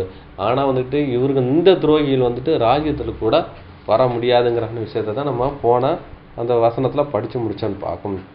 அடுத்தபடி அன்புக்குரிய சகோதரர்களை வாசிக்கலாம். மத்தேயு 8ஆம் அதிகாரம் 11, 12 வசனங்களை வாசிக்கலாம். மத்தேயு அதிகாரம் 8 வசனம் 11 மற்றும் 12. அநேகர் கிழக்கிலும் மேற்கிலும் இருந்து வந்து பரலோக ராஜ்யத்தில் ஆபிரகாம், ஈசாக்கு, யாக்கோபு என்பவர்களோடு தங்கியிருப்பார்கள். 12. ராஜ்யத்தின் புத்திரரோ புறம்பான இருளிலே தள்ளப்படுவார்கள். அங்கே அழுகையும் கற்படிப்பும் உண்டாயிருக்கும் என்று உங்களுக்கு சொல்லுகிறேன் என்றார். அப்போதும் பார்க்கும் இந்த வசனத்தை சொல்ல வேண்டிய அவசியம் என்னன்னு பார்த்தீங்கன்னா அங்கே வந்து 100க்கு அதிபதி வந்துக்கிட்டு இயேசு கிறிஸ்து வந்து சொல்கிறார். அந்த விஷயம் என்ன சொல்கிறாருன்னா, நீர் ஒரு வார்த்தை சொல்லும், என்னுடைய வேலைக்காரர் வந்து சுகமான நீங்கள்லாம் அவ்வளோ தூரம் வர வேண்டிய அவசியம் இல்லை அவங்க விஷயம் சொல்கிறான்னு பார்க்கும். சொல்லிட்டு தான் அவர் சொல்கிறான்னு பார்க்கும். என்ன சொல்கிறாருன்னு பார்த்தீங்கன்னா, அதுக்கு அவர் சொல்கிறார், திரும்பி இஸ்ரவேல் ஜனங்களை பார்த்து சொல்கிறாரு, இந்த நூற்றுக்கு வேக இந்த புறஜாதி கூட என்ன பண்ணுவான் பார்த்தீங்கன்னா ராஜ்யத்தில் வந்துடுவான், இவன் ரசிக்கப்பட்டுருவான். ஆனாலும் நீ நினச்சி போக முடியாது பார்த்தீங்கன்னா ராஜ்யத்து புத்திரில் கூட வர முடியாதுங்கிறான விஷயம் சொல்கிறார். ஏன்னா இவருக்கு வந்துக்கிட்டு அவ்வளோ ஒரு விசுவாசம் இருக்குது. ஆனால் ராஜ்யத்து புத்திரர் என்ன பண்ணுறான் பார்த்தீங்கன்னா சத்தியத்தை கேட்டு ஆனால் வந்துக்கிட்டு என்ன செய்றாங்கன்னா அந்த விசுவாச துரோகிகளாக மாறிடுறாங்க. அதனால் என்ன பண்ணுறான் பார்த்தீங்கன்னா இவங்க கூட தேவன் ராஜ்யத்தை வந்துடலாம், ஆனால் விசுவாச துரோகிகள் வந்துட்டு வர முடியாதுங்கிற விஷயத்த அவர் சொல்கிறான்னு பார்க்கணும். அது அநேகர் கிழக்கிலும் மேற்கிலும் வந்து தேவனுடைய ராஜ்யத்தில் வந்துட்டு அபிராம், ஈசாக், யாக்கோபு என்பவரோட பந்தி இருப்பார்கள். பந்திங்கிறது அவனவன் தன் வரிசையில் உயிர்ப்பிக்கப்படுவான் இருக்கு. பந்திங்கிறது வரிசை அடையாளப்படுத்துது. அப்போ கிழக்கிலும் மேற்கிலுங்கிற விஷயம்னா பூமியின் ஒரு முனை தொடர்ந்து மறுமுனையை மட்டுங்கிற விஷயம் சொல்லுவாங்க. அதாவது கிழக்கும் மேற்கிலும் இருக்கு. அப்போ பூமியில் 2 பக்கம் இருக்குன்னு பார்க்கும். ஒரு நாணயத்துக்கு 2 பக்கம் மாதிரி பூமிக்கு 2 பக்கம் இருக்குது. ஒரு பக்கத்தில் பகல், ஒரு பக்கம் இரவுன்னு பார்க்கும். அப்போ 2 பக்கத்தில் வசிக்கிற ஜனங்கள் கூட, உலக ஜனங்கள் கூட எங்கே வந்துடுவாங்கன்னு பார்த்தீங்கன்னா ராஜ்யத்தில் வந்துடுவாங்க. ஆனால் யார் வர முடியாதுன்னு பார்த்தீங்கன்னா ராஜ்யத்து புத்திரில் புறம்பான இருளை தள்ளப்படுவாருன்னா இந்த ராஜ்யத்தின் வந்து ராஜ்யத்து சுவிசேஷத்துக்குள்ளே வந்து கீழ்ப்படியாமக்குள்ளே போகிறவங்க வந்துட்டு வர முடியாதுங்கிற விஷயத்தை அங்கே சொல்லப்படுதுன்னு பார்க்கணும். அப்படின்னா யார் அந்த ராஜ்யத்து புத்திரல்னு ஒரு கேள்வி கூட வரும்னு பார்க்கலாம். அதை கூட நம்ம படிச்சிடலாம். மத்தேயு சுவிசேஷம் 13ஆம் அதிகாரம் 23-38 வசனங்கள் படிக்கலாம். மத்தேயு அதிகாரம் 13 வசனம் 23 மற்றும் 38. நல்ல நிலத்தில் விதைக்கப்பட்டவனோ வசனத்தை கேட்கிறவனும் உணர்கிறவனுமாயிருந்து 100ஆகவும் 60ஆகவும் 30ஆகவும் பலன் தருவான் என்றார். 38. நிலம் உலகம், நல்ல விதை ராஜ்யத்தின் புத்திரர், கலைகள் பொல்லாங்கனுடைய புத்திரர். போதும் பார்க்கலாம். அப்போ வந்துட்டு பார்த்தீங்கன்னா ராஜ்யத்தின் புத்திரர் யாரும் பார்த்தீங்கன்னா வசனத்தை கேட்டு உணர்கிறமாக இருந்து 100, 60, 30 பலன் தருவன்றது. அப்போ வந்துட்டு சத்திய மார்த்தை கேட்டு என்ன பண்ணுறாங்கன்னா ரட்சிப்பில் வந்த அனுபவத்தை தான் சொல்கிறான்னு பார்க்கணும். இங்கே வந்துட்டு 100, 60, 30 சிலவங்க வந்து குவாலிஃபைடு ஆகிடுறான்னு பார்க்கணும். இந்த குவாலிஃபைடுக்குள்ளே இந்த சத்தியத்துக்குள்ளே வந்தவங்க தான் இங்கே சொல்கிறான்னு பார்க்க. இவங்க தான் ராஜ்யத்தின் புத்திரராக அழைக்கப்பட்டிருக்காங்க. ஆனால் இவங்க வந்துட்டு இதில் வந்தவங்க வந்துட்டு ஒருத்தர் 100 மடங்காக போயிடுறாரு, ஒருத்தர் 100 மடங்குன்னா சபையாக மாறுறாரு, 144,000 மாறாங்கன்னு பார்க்கும். 60, 30 திரள் கூட்டம் மாறுறாங்கன்னு பார்க்கும். ஆனால் பார்த்தீங்கன்னா இவங்க வந்துட்டு மாற முடியலன்னு பார்க்கும் இந்த ராஜ்யத்து புத்திரர்கள். அதான் 38ஆம் வசனத்தில் சொல்ல முடிச்சு பார்த்தீங்கன்னா நிலம் உலகம், நல்ல விதை ராஜ்யத்தின் புத்திரர்கள், கலை பொல்லாங்கு புத்திரன் இருக்கு. இப்போ என்ன பண்ணுறான்னு பார்த்தீங்கன்னா இப்போ வந்துட்டு இவங்க கலையாக மாறிட்டாங்கன்னு பார்க்கும். நிலத்தில் வந்துக்கிட்டு என்ன பண்ணுற பார்த்தீங்கன்னா அந்த விதையோட சேர்த்து, அதாவது பயிரோட சேர்த்து இதுவும் வளர்ந்து நிற்கி, ஆனால் பார்த்தீங்கன்னா கலையாக இருக்குன்னு பார்க்கும். அப்போ கலைன்னு தெரியுது, ஆனால் பிடுங்கினா பயிரும் கலையும் என்ன செய்யுது நிலத்தோடு சேர்ந்துருக்கும். அப்போ வந்துட்டு இந்த கலையை பிடுங்க முச்சில் அந்த நிலத்தோடு பிடுங்க முச்சில் பயிருக்கும் சேதமாயிரும் பார்க்கும். அதனால் இப்படி 2ஐயும் வளர விட்டுறாரு. அதுக்கப்புறம் பார்த்தீங்கன்னா உலகத்து முடிவில் அந்த விஷயம் பண்ணுறான்னு பார்க்கும். அப்போது இந்த வந்து கலைகள்ங்கிற யார் பார்த்தீங்கன்னா அந்த ராஜ்யத்து புத்திரர்கள் தான் சபைக்குள்ள தான் இருப்பாங்க. ஆனாலும் பார்த்தீங்கன்னா அவங்க வந்துட்டு புறம்பான இருக்குள்ள போயிடுவாங்கன்னு பார்க்கும். அவங்க வந்துட்டு பயிர் போல் காட்சியளிப்பாங்க, அங்கே செழுமையாக இருக்கிற மாதிரி இருப்பாங்க பார்க்கும். பயிர் எப்படி செழுமையாக இருக்கோ அதே மாதிரி இங்கேயும் பச்சை பச்சைன்னு இருக்கும். இந்த கலையும் பயிருக்கு போகிற அந்த தண்ணியும் இங்கே வருதுன்னு பார்க்கும், இந்த கலைக்கு வருதுன்னு பார்க்கும். அந்த பயிருக்கு கிடைக்கிறதான அந்த சூரியனுடைய ஒளிர்ச்சேர்க்கை எங்கே கிடைக்கி அதுக்கு ஒளிர்ச்சிக்கு கிடைச்சி அது வந்துட்டு அதுவும் பச்சை பசைன்னு வளரணும்னு பார்க்கும். அப்போ வந்து பச்சை பசைன்னு வளர்றதுக்கு என்ன தேவைன்னா சூரியனுடைய ஒளி தேவைன்னு பார்க்கும். அது இங்கே கிடைக்குன்னு பார்க்கும். இந்த கலைக்கும் கிடைக்கத்தான் பார்க்கும். கலைகளுக்கும் அந்த விஷயம் கிடைக்கும் பார்க்கும். மழை பெய்யுது, அப்பயிரும் அனுப்பிச்சது அந்த பலனை அனுபவிக்கும், இந்த கலையும் இந்த இதை அனுபவிக்குன்னு பார்க்கும். அப்போ ஒரு வசனம் என்ன சொல்லுதுன்னு பார்த்தீங்கன்னா அவன் நீதியின் சூரியனை சொல்றாரு, நல்லோரு மேலும் தீயோரு மேலும் உதைக்க பண்ணுகிறான் இருக்கு. அந்த மழையை யார் மேலே பெய்ய பண்ணுறான்னு பார்த்தீங்கன்னா நல்லோரு மேலேயும் தீயோரு மேலே பெய்ய பண்ணுறான் இருக்கு. அந்த நல்லோருங்கிறது நல்ல விதை, தீயோருங்கிறது கலையை அடையாளப்படுத்த பார்க்கணும். இந்த கலை போல உள்ளவங்க எடுத்து பார்த்தீங்கன்னா 2ஆம் மரணத்துக்குள்ள அங்கே சென்றடைவார்கள்ங்கிற விஷயத்தை அங்கே சொல்லப்படுதுன்னு பார்க்கும். அடுத்தபடியாக அன்புக்குரிய சோர்ஸூரில் இன்னும் கிளாரிட்டியாக படிக்கலாம். யார் போவான்னு பார்த்தீங்கன்னா இந்த கலைங்கிறதான விஷயத்துல யாருன்னா அந்த ராஜ்யத்து புத்திரர்கள் வந்துட்டு தேவனுடைய வேலை செஞ்சுருக்காங்க. இன்னொன்று பார்த்தீங்கன்னா அவங்க ஸ்பீக்கராக இருந்திருக்காங்க, தேவனுடைய வேலை செஞ்சுருக்காங்க. அவங்க ஒரு மூப்ப ஸ்தானத்தில் கூட இருந்திருக்காங்கன்னு சொல்லப்படுதுன்னு பார்ப்போம்.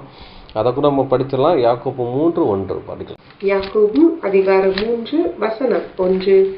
என் சகோதரரே, அதிக ஆக்கினையை அடைவோம் என்று அறிந்து உங்களில் அநேகர் போதகராக இருப்பீர்களாக.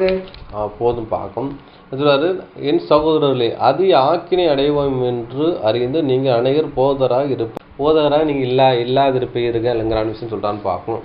இந்த ஆக்கினை தீர்ப்புங்கிறதான வந்த இடத்துல பார்த்தீங்கன்னா நீங்கள் வந்துட்டு ஆங்கிலத்தில் என்ன போட்டிருக்குன்னு பார்த்தீங்கன்னா அங்கே பனிஷ்மெண்ட் சொல்லப்பட்டிருக்கும், அதாவது தண்டனைங்கிறான விஷயம் சொல்லப்பட்டிருக்கு.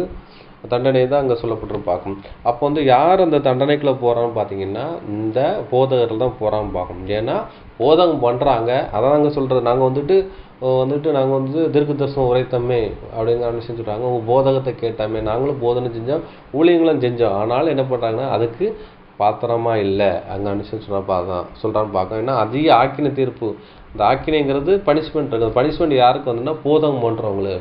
போதனம் பண்ணால் மட்டும் போதாது, அந்த போதகம் படி வாழ்க்கை தரத்தை நம்ம வந்துட்டு வீட்டிலேருந்து ஸ்டார்ட் பண்ணணும். வீட்டில், உலகத்தில், சபையில் அந்த காமிச்சா மட்டும்தான் நம்ம நினச்ச போகிற முடியாது இந்த ஆக்கினை தீர்ப்பை தப்ப முடியும் பார்க்கணும். அப்போ அதிக ஆக்கினை தீர்ப்பு யாருக்கு வரும்? பாஸ்டர்மாருக்கும் மூப்பர்களுக்கு தான் வரும்னு பார்க்கும். அடுத்தபடியாக அன்புக்குரிய சகோதரர்களே, மூப்பருங்கிற விஷயம் என்னென்னா மூத்த சகோதரர், சத்தியத்தில் வளர்ந்த சகோதரன்னு பார்க்கும். அப்படின்னு பார்க்க அதை தான் இதை அடையாளப்படுத்துன்னு பார்க்கும். அடுத்தபடியாக அன்புக்குரிய சகோதரர்களே, அடுத்தது படிக்கலாம் யார் போவாங்கங்கிற விஷயம் சொல்கிற பார்க்கும். மறுதளிக்கிற விஷயத்தை அடையாளப்படுத்துன்னு பார்க்கும். எபிரேயர் 6ஆம் அதிகாரம் 4 முதல் 9 வசனங்களை படிச்சிடலாம். எபிரேயர் அதிகாரம் 6 வசனங்கள் 4 முதல் 9 முடிய. ஏனெனில் ஒரு தரம் பிரகாசிக்கப்பட்டும் பரம ஈவை ருசி பார்த்தும் பரிசுத்த ஆவியை பெற்றும் தேவனுடைய நல்வார்த்தையையும் இனிவரும் உலகத்தின் பலன்களையும் ருசி பார்த்தும் மறுதளித்து போனவர்கள் தேவனுடைய குமாரனை தாங்களே மறுபடியும் சிலுவையில் அறைந்து அவமானப்படுத்துகிறபடியால் மனம் திரும்புவதற்கு ஏதுவாய் அவர்களை மறுபடியும் புதுப்பிக்கிறது கூடாத காரியம். எப்படியெனில் தன்மேல் அடிக்கடி பெய்கிற மழையை குடித்து தன்னிடத்தில் பயிரிடுகிறவர்களுக்கேற்ற பயிரை முளைப்பிக்கும் நிலமானது தேவனால் ஆசீர்வாதம் பெறும். முள்செடிகளையும் முள் பூண்டுகளையும் முளைப்பிக்கிற நிலமோ தகாததாயும் சபிக்கப்படுவதற்கேற்றதுமாயும் இருக்கிறது. சுட்டெரிக்கப்படுவதே அதன் முடிவு. பிரியமானவர்களே, நாங்கள் இப்படி சொன்னாலும் நன்மையானவைகளும் இரட்சிப்புக்குரியவைகளுமான காரியங்கள் உங்களிடத்தில் உண்டாயிருக்கிறது என்று நம்பியிருக்கிறோம். போதும் பார்க்கும். இங்கே சொல்ல போச்சுல அன்புக்குரிய சொல்ல நீ சொல்றாரு 4ஆம் வசனத்தை என்ன சொல்றாருன்னா, ஏனெனில் ஒரு தரம் பிரகாசிக்கப்பட்டு பரம ஈவு ருசி பார்த்து பரிசுத்தாவி பெற்றுருக்க. இப்போ என்ன செய்யணும்? பிரகாசிக்கப்பட்டிருக்காங்க, பரம ஈவு ருசி பார்த்துருக்காங்க, பரிசுத்தாவி பெற்றிருக்கான்னு பார்க்கணும். அப்போ பரம ஈவுங்கிற தேவனுடைய திட்டங்கள் எல்லாமே தெரிஞ்சுட்டுன்னு சொல்லுவாங்க. தேவனுடைய நல்வார்த்தையும் இனி வரும் உலக பலனை ருசி பார்த்துது என்றுன்னா ஒரு ராஜ்யம் எப்படி இருக்கும், ராஜ்யத்தில் என்னென்ன டிவிஷன் இருக்குது எல்லாமே உங்களுக்கு தெரிஞ்சுட்டு என்ன பண்ணுறா பார்க்க மறுதளித்து போனவர்கள். அப்போ மறுதளித்து போனவர்கள் என்னென்னா இந்த சத்தியத்துக்கு ஆப்போசிட்டாக ஜீவிச்சாலே என்ன பண்ணுறா பார்த்தீங்கன்னா மறுதளிக்கிறதுன்னு பார்க்கணும். அப்போ மறுதளிக்கிறது என்றால் என்ன பார்த்தீங்கன்னா நீங்கள் வந்துக்கிட்டு இல்லை அந்த உபதேசம் தப்பு அப்படிங்கிற விஷயம் இல்லை. இந்த உபதேசத்தை பற்றி நீங்கள் வாழ்க்கை தரத்தை ஆப்போசிட்டாக வாழ்ந்தாலே அதை என்ன செய்யறது மறுதளிக்கிறதுக்கு தான் சமம்ங்கிறான விஷயத்த இங்கே சொல்லப்படுதுன்னு பார்க்கும். மறுதளித்து போனவர்கள் தேவனுடைய குமாரனை தங்களை மறுபடியும் சிலுவையில் அறைந்து அவமானப்படுத்தப்படினால் மனம் திரும்புவதற்கு ஏதுவான அவர்களை மறுபடியும் புதுப்பிக்கிறது கூடாத காரியம் இருக்கும். அப்போ நம்ம படித்தோம் என்னன்னு பார்த்தீங்கன்னா என்னன்னா ஸ்நேகிதங்கிற என்னன்னு பார்த்தீங்கன்னா துரோகின்னு பார்த்தோம். அப்போ துரோகி யாருன்னு பார்த்தீங்கன்னா வசனத்தை காத்துக்குள்ளா துரோகின்னு பார்த்தோம். அப்போ யூதாசை துரோகி என்று பார்த்தோம். ஏன் துரோகின்னா அவர் தன்னை வசனத்தைப்படி தன்னை காத்துக்கொள்ளலான்னு பார்க்கணும். இயேசு கிறிஸ்துவ வந்துக்கிட்டு சிலுவையில் அறையை ஒப்பு கொடுத்தான்னு பார்க்கணும். அப்போ பார்த்தீங்க இங்கே மறுதளித்து போனவங்கன்னா வசனத்தைப்படி தன்னை காத்துக்கொள்ளலை என்னென்னா அதன்படி வாழ்க்கை வாழன்னு பார்க்கணும். வாழாதவங்க என்ன பண்ணுறா பார்த்தீங்கன்னா இயேசு கிறிஸ்து இவங்களே சிலுவையில் அறையிறாங்கன்னு பார்க்கணும். ஏன்னா ஆப்போசிட்டாக ஜீவிக்கிறவங்க என்ன பண்ணுறா பார்த்தீங்கன்னா இயேசு கிறிஸ்து மறுபடியும் இவங்களே சிலுவையில் அறையை அவமானப்படுத்துறதுக்கு சமன் பார்க்கணும். ஏன்னா இயேசு கிறிஸ்து வந்துக்கிட்டு ரான்சம் ஈடுபலி கொடுத்ததை இவங்க அபாத்திரமாக எடுத்துக்கொள்கிறாங்கன்னு பார்க்கும். அதுக்கப்புறம் சொல்ல எப்படி என்றால் தன்மேல் அடிக்கடி பெய்கிற மழையை குடித்து தன்னிடத்தில் பயிரிடுகிறவர்களுக்கு ஏற்ற பயிரை முளைப்பிக்கிற நிலமோ தேவனால் ஆசீர்வதிக்கப்படும் இருக்கு. அதான் நம்ம பார்த்தோம். நல்ல விதை என்னன்னு பார்த்தீங்கன்னா அந்த ராஜ்யத்து புத்திரன்னு பார்க்கும். அது விளைஞ்சுது. கலை என்னதான் இருக்கு பார்த்தீங்கன்னா அந்த நிலத்துல தான் இருக்குன்னு பார்க்கும். அப்போ இந்த நெற்பயிருக்கு போகிற அதே மழை தண்ணி எல்லாமே எது போகுது, களைக்கு போகுது. ஆனாலும் என்ன பண்ணுறா பார்த்தீங்கன்னா, இந்த களையை பிடிங்கி என்ன பண்ணுறா பார்த்தீங்கன்னா அவங்க சுட்டரிக்கான்னு பார்க்க. அதை தான் இங்கே வந்து முற்செடிங்கிறான விஷயம் சொல்லப்படுது. அங்கே என்ன சொல்லப்படுதுன்னு பார்த்தீங்கன்னா, நல்ல நிலம், அதான் நல்ல நிலத்தில் வந்து தேவனால் ஆசீர்வதிக்கப்பட்டது. அந்த ஆசீர்வதிக்கப்பட்டது எங்கன்னா பரலோகத்துக்கு போகுது. அந்த களைங்கிறது சுட்டரிக்கப்படுதுன்னு பார்க்கலாம். அதை தான் என்ன சொல்லுது, இந்த களையை எதுக்கு கம்பேர் பண்ணுறான்னா முற்செடிக்கே கம்பேர் பண்ணி பேசுகிறான்னு பார்க்கும். முற்செடிகளையும் புல்புண்டுகளையும் முளைக்கிற நிலமோ தகாததும் சபிக்கப்பட்டது ஏதுவாக சுட்டரிக்க அதை முடிவு அப்படிங்கிற விஷயம் சொல்கிறான்னு பார்க்கும். இதை சொல்லும் போச்சுல அப்போஸ்தலனாகிய பவுல் என்ன சொல்கிறாருன்னா, எபிரேயருக்கு சொல்லும் போது சொல்கிறாரு, இதெல்லாம் இப்படிலாம் இருக்குது, நீங்கள் சத்தியத்தை கேட்டு நீங்கள் ஆப்போசிட்டை ஜீவிச்சிங்கன்னா உங்களோட முடிவு வந்து இரண்டாம் மரணம்ங்கிறான விஷயத்த சொல்லாமல் வந்து நாசுக்கா, நான் நம்மளுடைய பாஷையில் சொன்னோன்னா நாசுக்கா சொல்கிறார். அப்புறம் ஒரு ஓமாய் வழியாக பேசுகிறார் பார்க்கும். சொல்லிட்டு சொல்கிறாரு, பிரியமானவர்களே, நாங்கள் இப்படி சொன்னாலும் நன்மையானங்களும் ரட்சிப்புக்குரியமான காரியம் உங்களுக்கு உண்டு நாங்கள் நம்புகிறோம். நாங்கள் வந்துட்டு இந்த மாதிரி ஒரு ஜட்ஜ்மெண்ட் இருக்குன்னு சொன்னாலும் ஆனால் நல்ல காரியம் உங்கள்கிட்ட இருக்குன்ட்டு நாங்கள் இருக்கிறோம். அதனால் என்ன பண்ணுறோம் பார்த்தீங்கன்னா, நான் மேற்கொண்டு சொன்ன காரியங்கள் வந்து உங்கள் ஜீவிதத்தை நடக்கக்கூடாது என்று நாங்கள் வந்து பிரயாசப்படுறோம். அதனால் நீங்கள் வந்துட்டு என்ன செய்றீங்க, நீங்கள் வந்துட்டு இந்த தன்னை வந்துட்டு நீங்கள் அபாத்திரம்னா நீங்கள் பார்த்துக்குள்ள அபாத்திரம் நீங்கள் மாறாதீங்க, நீங்கள் பாத்திரம்னா மாறி தேவட ராஜ்யத்தில் பங்கு பெறுங்கிறான விஷயத்த ஒரு அட்வைஸ் பண்ணுறான்னு பார்க்கும். யாருக்குன்னா எபிரேயர் அவர் சொந்த ஜனங்களுக்கு அவங்க சொல்கிறான்னு பார்க்கும். இப்போ இந்த மறுதளிக்க போகிறவர்கள் யாருங்கிறான விஷயத்த நம்ம வந்து படிக்க போகிறோம். எபிரேயர் 10 அதிகாரம் 26, 27, 29, 30 வசனங்கள் படிக்கலாம். எபிரேயர் 10 அதிகாரம் 26, 27, 29 மற்றும் 30. சத்தியத்தை அறியும் அறிவை அடைந்த பின்பு நாம் மனப்பூர்வமாய் பாவம் செய்கிறவர்களாய் இருந்தால் பாவங்களின் நிமித்தம் செலுத்தத்தக்க வேறொரு பலி இனி இராமல் நியாயம் தீர்ப்பு வரும் என்று பயத்தோடு எதிர்பார்க்குதலும் விரோதிகளை பட்சிக்கும் கோபாக்கினையுமே இருக்கும். 29. தேவனுடைய குமாரனை காலின் கீழ் மிதித்து தன்னை பரிசுத்தம் செய்த உடன்படிக்கையின் இரத்தத்தை அசுத்தம் என்றெண்ணி கிருபையின் ஆவியை நிந்திக்கிறவன் எவ்வளவு குடிதான ஆக்கினைக்கு பாத்திரவனாயிருப்பான் என்பதை யோசித்து பாருங்கள். 30. பழி வாங்குதல் எனக்குரியது, நானே பதில் செய்வேன் என்று கர்த்தர் சொல்கிறார் என்றும் கர்த்தர் தம்முடைய ஜனங்களை நியாயம் தீர்ப்பார் என்றும் சொன்னவர் இன்னார் என்று அறிவோம். அப்போதும் பார்க்கும். இங்கே என்ன பண்ணுறோம் பார்த்தீங்கன்னா, யார் மறுதளிக்கிறவங்க பார்த்தீங்கன்னா, இந்த சத்தியத்தை அறிவை அடைந்த பின்பு. அப்போ சத்தியத்தை அறிஞ்சிடறாங்க. அந்த அறிவை அடைந்த பின்பு மனப்பூர்வமாக பாவம் செய்தல் ஆனால் பாவத்து நிமித்தம் செலுத்தத்தக்க வேறு பலி இராமல் இருக்கு. அப்போ சத்தியத்தை அறிஞ்சு மனப்பூர்வம் நம்ம பாவம் செஞ்சிட்டோம்னா இனி பலி கிடையாது. பலின்னா இப்போ வந்துட்டு இந்த பலி இவங்க ரேன்சம் என்னது இவங்களுக்கு அப்ளிக்கல் ஆகாது. இவங்க என்ன நினச்சிடுறாங்கன்னா, இல்லை நம்ம வந்துட்டு தேவன் மன்னிப்பார், இரக்கம் உள்ளவர் அப்படிங்கிற விஷயத்த இவங்க நினச்சிக்கிட்டு அனுப்புகிறாங்க. தொடர்ந்து நினச்சிறாங்க, பாவம் செய்கிறாங்க பார்க்குறேன். ஆனால் இப்படி தொடர்ந்து பாவம் செய்கிறவங்களுக்கு என்ன அப்ளிக்கல் ஆகாதுன்னா, அங்கே வந்துட்டு ரேன்சம் ஈடுபலி அப்ளிக்கல் ஆகாது. ஏன்னா வந்துக்கிட்டு பார்த்தீங்கன்னா, அவங்க தூக்கி எடுக்குது. ஒரு மனுஷனை வந்து மரணத்துக்கு போகாமல் தூக்கி எடுக்கிற வேலை எதுன்னா ஈஸியாக ரேன்சம் ஈடுபலி தான் தூக்கி எடுக்கிறதுக்கு அது வந்து அப்ளிக்கல் ஆகும். இப்போ துணிகரமாக பாவம் செய்ய அமைச்சல பார்த்தீங்கன்னா அந்த ரேன்சம் இவங்களுக்கு அப்ளிக்கல் ஆகாதுன்னு பார்க்கும். இந்த ரேன்சம் ஈடுபலினால தான் உலக ஜனங்களே தேவன் தூக்கி எடுத்து ராஜ்யத்தை கொண்டு வராரு. இந்த ஸ்லாக்கியத்தை கூட யார் வர முடியாது பார்த்தீங்கன்னா, இந்த என்ன பண்ணுறாங்கன்னா மறுதளிக்க சத்தியத்தை அறிந்து மனப்பூர்வமாய் பாவம் செய்கிறவங்க தான் என்ன பண்ண முடியாதுன்னா வர முடியாதுங்கிற சொல்கிறான்னு பார்க்கும். இன்னும் பலி செலுத்த இந்த பலி இனி உங்களுக்கு அப்ளிகல் ஆகாதுங்கிற விஷயம் சொல்கிறான்னு பார்க்கும். இவங்களுக்கு என்ன தான் தீர்வுன்னு பார்த்தீங்கன்னா, நியாய தீர்ப்பு வரும் என்று பயத்தோடு எதிர்பார்க்குதலும் ரோதியை பட்சிக்கு கோபாக்கினே இருக்கும். இவங்களுக்கு வந்துட்டு நியாய தீர்ப்புன்னா இவங்களுக்கு என்ன பண்ணணும்னா பனிஷ்மெண்ட் தான். இந்த இது வந்து ஜட்ஜ்மெண்ட் அப்படின்ட்டு இருக்கு. இவங்களுக்கு வந்துட்டு என்னென்னா இவங்களுக்கு வந்துட்டு கோபாக்கி பட்சிக்கும். கோபாக்கினிங்கிறது என்ன, ஆக்கினி தீர்ப்பு தான் இவங்களுக்கு. வேறு வந்துட்டு இவங்களுக்கு வேறு எக்ஸ்கியூஸே கிடையாது. இவங்களுக்கு வேறு இதே கிடையாதுங்கிற விஷயம் இருக்கு. தயவு தாட்சியமே கிடையாதுங்கிற விஷயம் சொல்கிறான்னு பார்க்கும். சொல்லிட்டு என்ன சொல்கிறான்னு பார்த்தீங்கன்னா, அவங்க என்ன பண்ணுறான்னு பார்த்தீங்கன்னா, தேவனுடைய குமாரை காலிலே மிதித்து தன்னை பரிசுத்தம் செய்த உடன்படிக்கை ரத்தத்தை அசுத்தம் என்று எண்ணி கிருபி ஆவியை நிந்திக்கிறன் எவ்வளவு பெரிய கொடிதான ஆக்கினைக்கு பாத்திரவனாக இருப்பான் என்று யோசிச்சு பாருங்கள். இப்போ சத்தியத்தை அறிந்து மனப்பூர்வம் பாவம் செய்கிறவன் என்ன பண்ணுறான்னா, இயேசு கிறிஸ்துவனுடைய ரன்சமை அவமதிக்கிறான். அங்கே அனுப்பிச்சு சொல்கிறான்னு பார்க்கும். தேவனுடைய குமாரன் காலில் போல மிதித்து தன்னை பரிசுத்தப்படுத்த உடன்படிக்கை ரத்தத்தை அசுத்தம் என்று எண்ணி, ஏன்னா உடன்படிக்கை துரோகி ஆகிடுறாங்கன்னு பார்க்கணும். யூதாஸ் போல துரோகி ஆகிடுறாங்க. கிருபையின் ஆவியை நிந்திக்கிறவன், கிருபையின் ஆவிங்கிறது தேவன் கொடுத்து பசுத்த ஆவி துக்கப்படுத்துகிற விஷயம் பார்க்கணும். துக்கப்படுத்தி இருக்கிறவன் எவ்வளோ கொடிதான ஆக்கினைக்கு பாத்திரம்னு யோசிப்பாருங்கள் சொல்லிச்சுருவாரு. பலி வாங்குறது எனக்குரியது, நானே பதில் செய்வேன் இருக்கேன். இப்போ நான் தான் பதில் செய்வேன் அப்படிங்கிற விஷயம். பலி வாங்குறது இவனை நான் பலி வாங்கங்கிற விஷயம் சொல்கிறாருன்னு பார்க்கும். கர்த்தர் தம்முடைய ஜனங்களை நியாயத்திருப்பார் என்று சொன்னார். இப்போ கர்த்தர் நியாயத்திருப்பார்னா இந்த 2ஆம் மரணம் போகிறவங்க தான் தேவன் நியாயத்திருக்கிறவராக இருப்பாருங்கிற விஷயம் சொல்லப்படுறதுன்னு பார்க்கும். அடுத்தபடியாக அன்புக்குரிய சொல்ல யார் அதுக்கப்புறம் 2ஆம் மரணத்துக்கு செல்வாங்கிற விஷயத்தை பார்க்க போகிறோம். 2 தீமோத்தேயும் 3ஆம் அதிகாரம் 4-5 வசனங்களை படிக்கலாம். 2 தீமோத்தேயும் அதிகாரம் 3 வசனம் 4 மற்றும் 5. துரோகிகளாயும் துணிகரமுள்ளவர்களாயும் இருமாப்புள்ளவர்களாயும் தீப பிரியராயிராமல் சுகபோக பிரியராயும் தீபபக்தியின் வேஷத்தை தெரித்து அதன் பலனை மறுதளிக்கிறவர்களாயும் இருப்பார்கள்.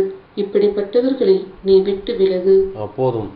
அப்போ என்ன சொல்கிறான்னு பார்த்தீங்கன்னா, துரோகிகளாகும். துரோகிகள்னா இயேசு கிறிஸ்துவோடைய யூதாசை போல இடப்படுறான்னு பார்த்தீங்கன்னா, அவரோட ஊழியர்ந்து பயணிச்சவங்க தான் அந்த துரோகி. இந்த துரோகி யாரை பார்த்தோம்? சத்தியத்தை வசனத்தை காத்துக்கொள்ளா துரோகின்னு. அப்போ வசனத்தை காத்துக்கொள்ளாத இந்த துரோகின்னு இருக்கும். அப்போ துரோகிகளாகும் யாருன்னா வசனத்தைப்படி தன்னை காத்துக்கொள்ளாத துரோகின்னு பார்க்கும். துணிகரம் உள்ளவராயின்னா இவங்க துணிகரம்னா சத்தியத்தை அறிந்து மனப்பூர்வமாக பாவம் செய்கிறவங்க தான் அந்த துணிகரக்காரர் ஆகிறான்னு பார்க்கும். இருமாப்பு உள்ளவராகும். இருமாப்பு உள்ளவனா யாரும் சத்தியம், இப்போ ஒரு சகோதரர் சத்தியத்தை உபதேசங்கள் பேசுகிறாரு, தன்னுடைய பாவத்தை உணர்விக்கிறாரு. அப்போ என்ன சொல்ல, இருமாப்பு இவெல்லாம் சொல்லி நான் கேட்குறதா அப்படின்னு சொல்லி இருமாப்பு உள்ளவர்களாகும் அப்படிங்கிறான்ருக்கு. யார் சொல்லி கேட்குறத, நான் இப்படி தான் இருப்பேன், எவன் சொல்லி கேட்க மாட்டேங்கிறான்னு ஒரு திமிருத்தனம் நினைச்சது இவர்கிட்ட இருக்கு.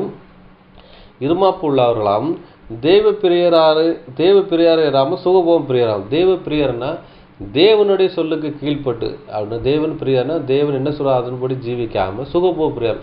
எனக்கு நானும் ஒரு சட்டத்திட்டம் இருக்குது, அப்படி தான் வாழ்வேன், அப்படி வாழ்கிற மாதிரி என்ன ஒரு வாழ்க்கை தரத்தை வாழ்ந்துக்கிட்டு போகிறவங்க தான் என்ன பண்ணுறாங்க பார்த்தீங்கன்னா இந்த இருப்பாங்கன்னு பார்க்கும். சுகபோகம் தான் நல்லா இருக்கணும் அப்படிங்கிறாங்க எண்ணம் கொண்டு ஒரு வாழ்கிறவங்க தான் இந்த வருங்கன்னு பார்க்கும். தேவ பக்தி வேஷத்தை தரித்து கொண்டு அதன் பலனை மறுதளிக்கிறாராம். தெய்வ பக்திங்கிறத நானும் பரிசுத்தவானு, நானும் பெரிய ஆளு, நானும் போதகருங்கிறான வேஷத்தை தரித்துன்னு இருக்கேன். தேவ பக்தி வேஷத்தை தரித்துக் கொள்வதுன்னா யாருன்னா இந்த ஒளி தூதன் சாத்தானோட குணலட்சம் தான் எடுத்தது தேவ பக்தியை தரித்துக் கொள்வதுன்னு பார்க்கும். இதை தான் அடையாளப்படுத்துன்னு பார்க்கும். அப்போ தேவ பக்தியை தரித்து கொண்டவர்களாகவும் இருப்பார்கள். இவரை விட்டு விலகு. இந்த மாதிரி கேரக்டர் உள்ளவங்களும் நினச்சிடாங்க சபைக்குள்ள இருந்தாலும் அவங்கள்ட்ட பேசக்கூடாது. அவங்கள்ட்ட என்ன செய்யணும்னா அவங்கள்ட்ட பிரிஞ்சு தான் இருக்கணுங்கிறான விஷயத்த அங்கே சொல்கிறான்னு பார்க்கணும். இவங்க ஏன்னா யாரும் பார்த்தீங்கன்னா இவங்க விட்டு 2ஆம் மரணத்துக்குள்ள போகிறவங்களை அடையாளப்படுத்தும் பார்க்கும். பாவங்களாம் நிறைந்து பற்பல இச்சையெல்லாம் இழுப்புண்டு போகிறார்கள்ங்கிறான விஷயம் பார்க்கும். எப்பொழுதும் கச்சாலும் ஒருபோதும் சத்தியத்தை அறிந்து உணர்வுள்ளாராயினும் அப்படின்னு சொல்கிறாரு. இப்படி தான் இருக்குது.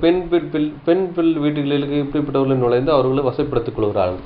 பெண் பிள்ளைகள்னா இவங்க நினச்சிவாங்கன்னு பார்த்தீங்கன்னா சத்தியத்தை அறியாத அந்த சகோதரிமார்கள்ட்ட தாம் பெரிய பிரசங்கியார் மாதிரி தன்னை பிரசங்கியார் மாதிரி காட்டிக்கொள்கிறவங்க தான் யாரும் பார்த்தீங்கன்னா இந்த சுபோவி உள்ளவர்கள்ங்கிற விஷயம் சொல்லப்படுதுன்னு பார்க்கும். அடுத்தபடி அன்புக்குரிய சகோதரர்களே 1 தீமோத்தேயு 5ஆம் அதிகாரம் 12ஆம் வசனம் படிக்கலாம். 1 தீமோத்தேயு அதிகாரம் 5 வசனம் 12. முதலில் கொண்டிருந்த விசுவாசத்தை விடுவதினாலே ஆக்கினைக்குட்படுவார்கள். போதும். அப்போ முதலில் கொண்டிருந்த விசுவாசத்தினால விட்டு வருவாங்க, ஆக்கினைக்கு உள்ளவராங்க. அப்போ ஆக்கினை இருக்கிறது பனிஷ்மெண்ட்டை அடையப்படுத்துது, 2ஆம் மரணத்தை அடையப்படுத்துன்னு பார்க்கும். இவங்க நினைச்சிட்டாங்க ஆரம்பத்தில் இருந்து அது விசுவாசம் இருக்கும்.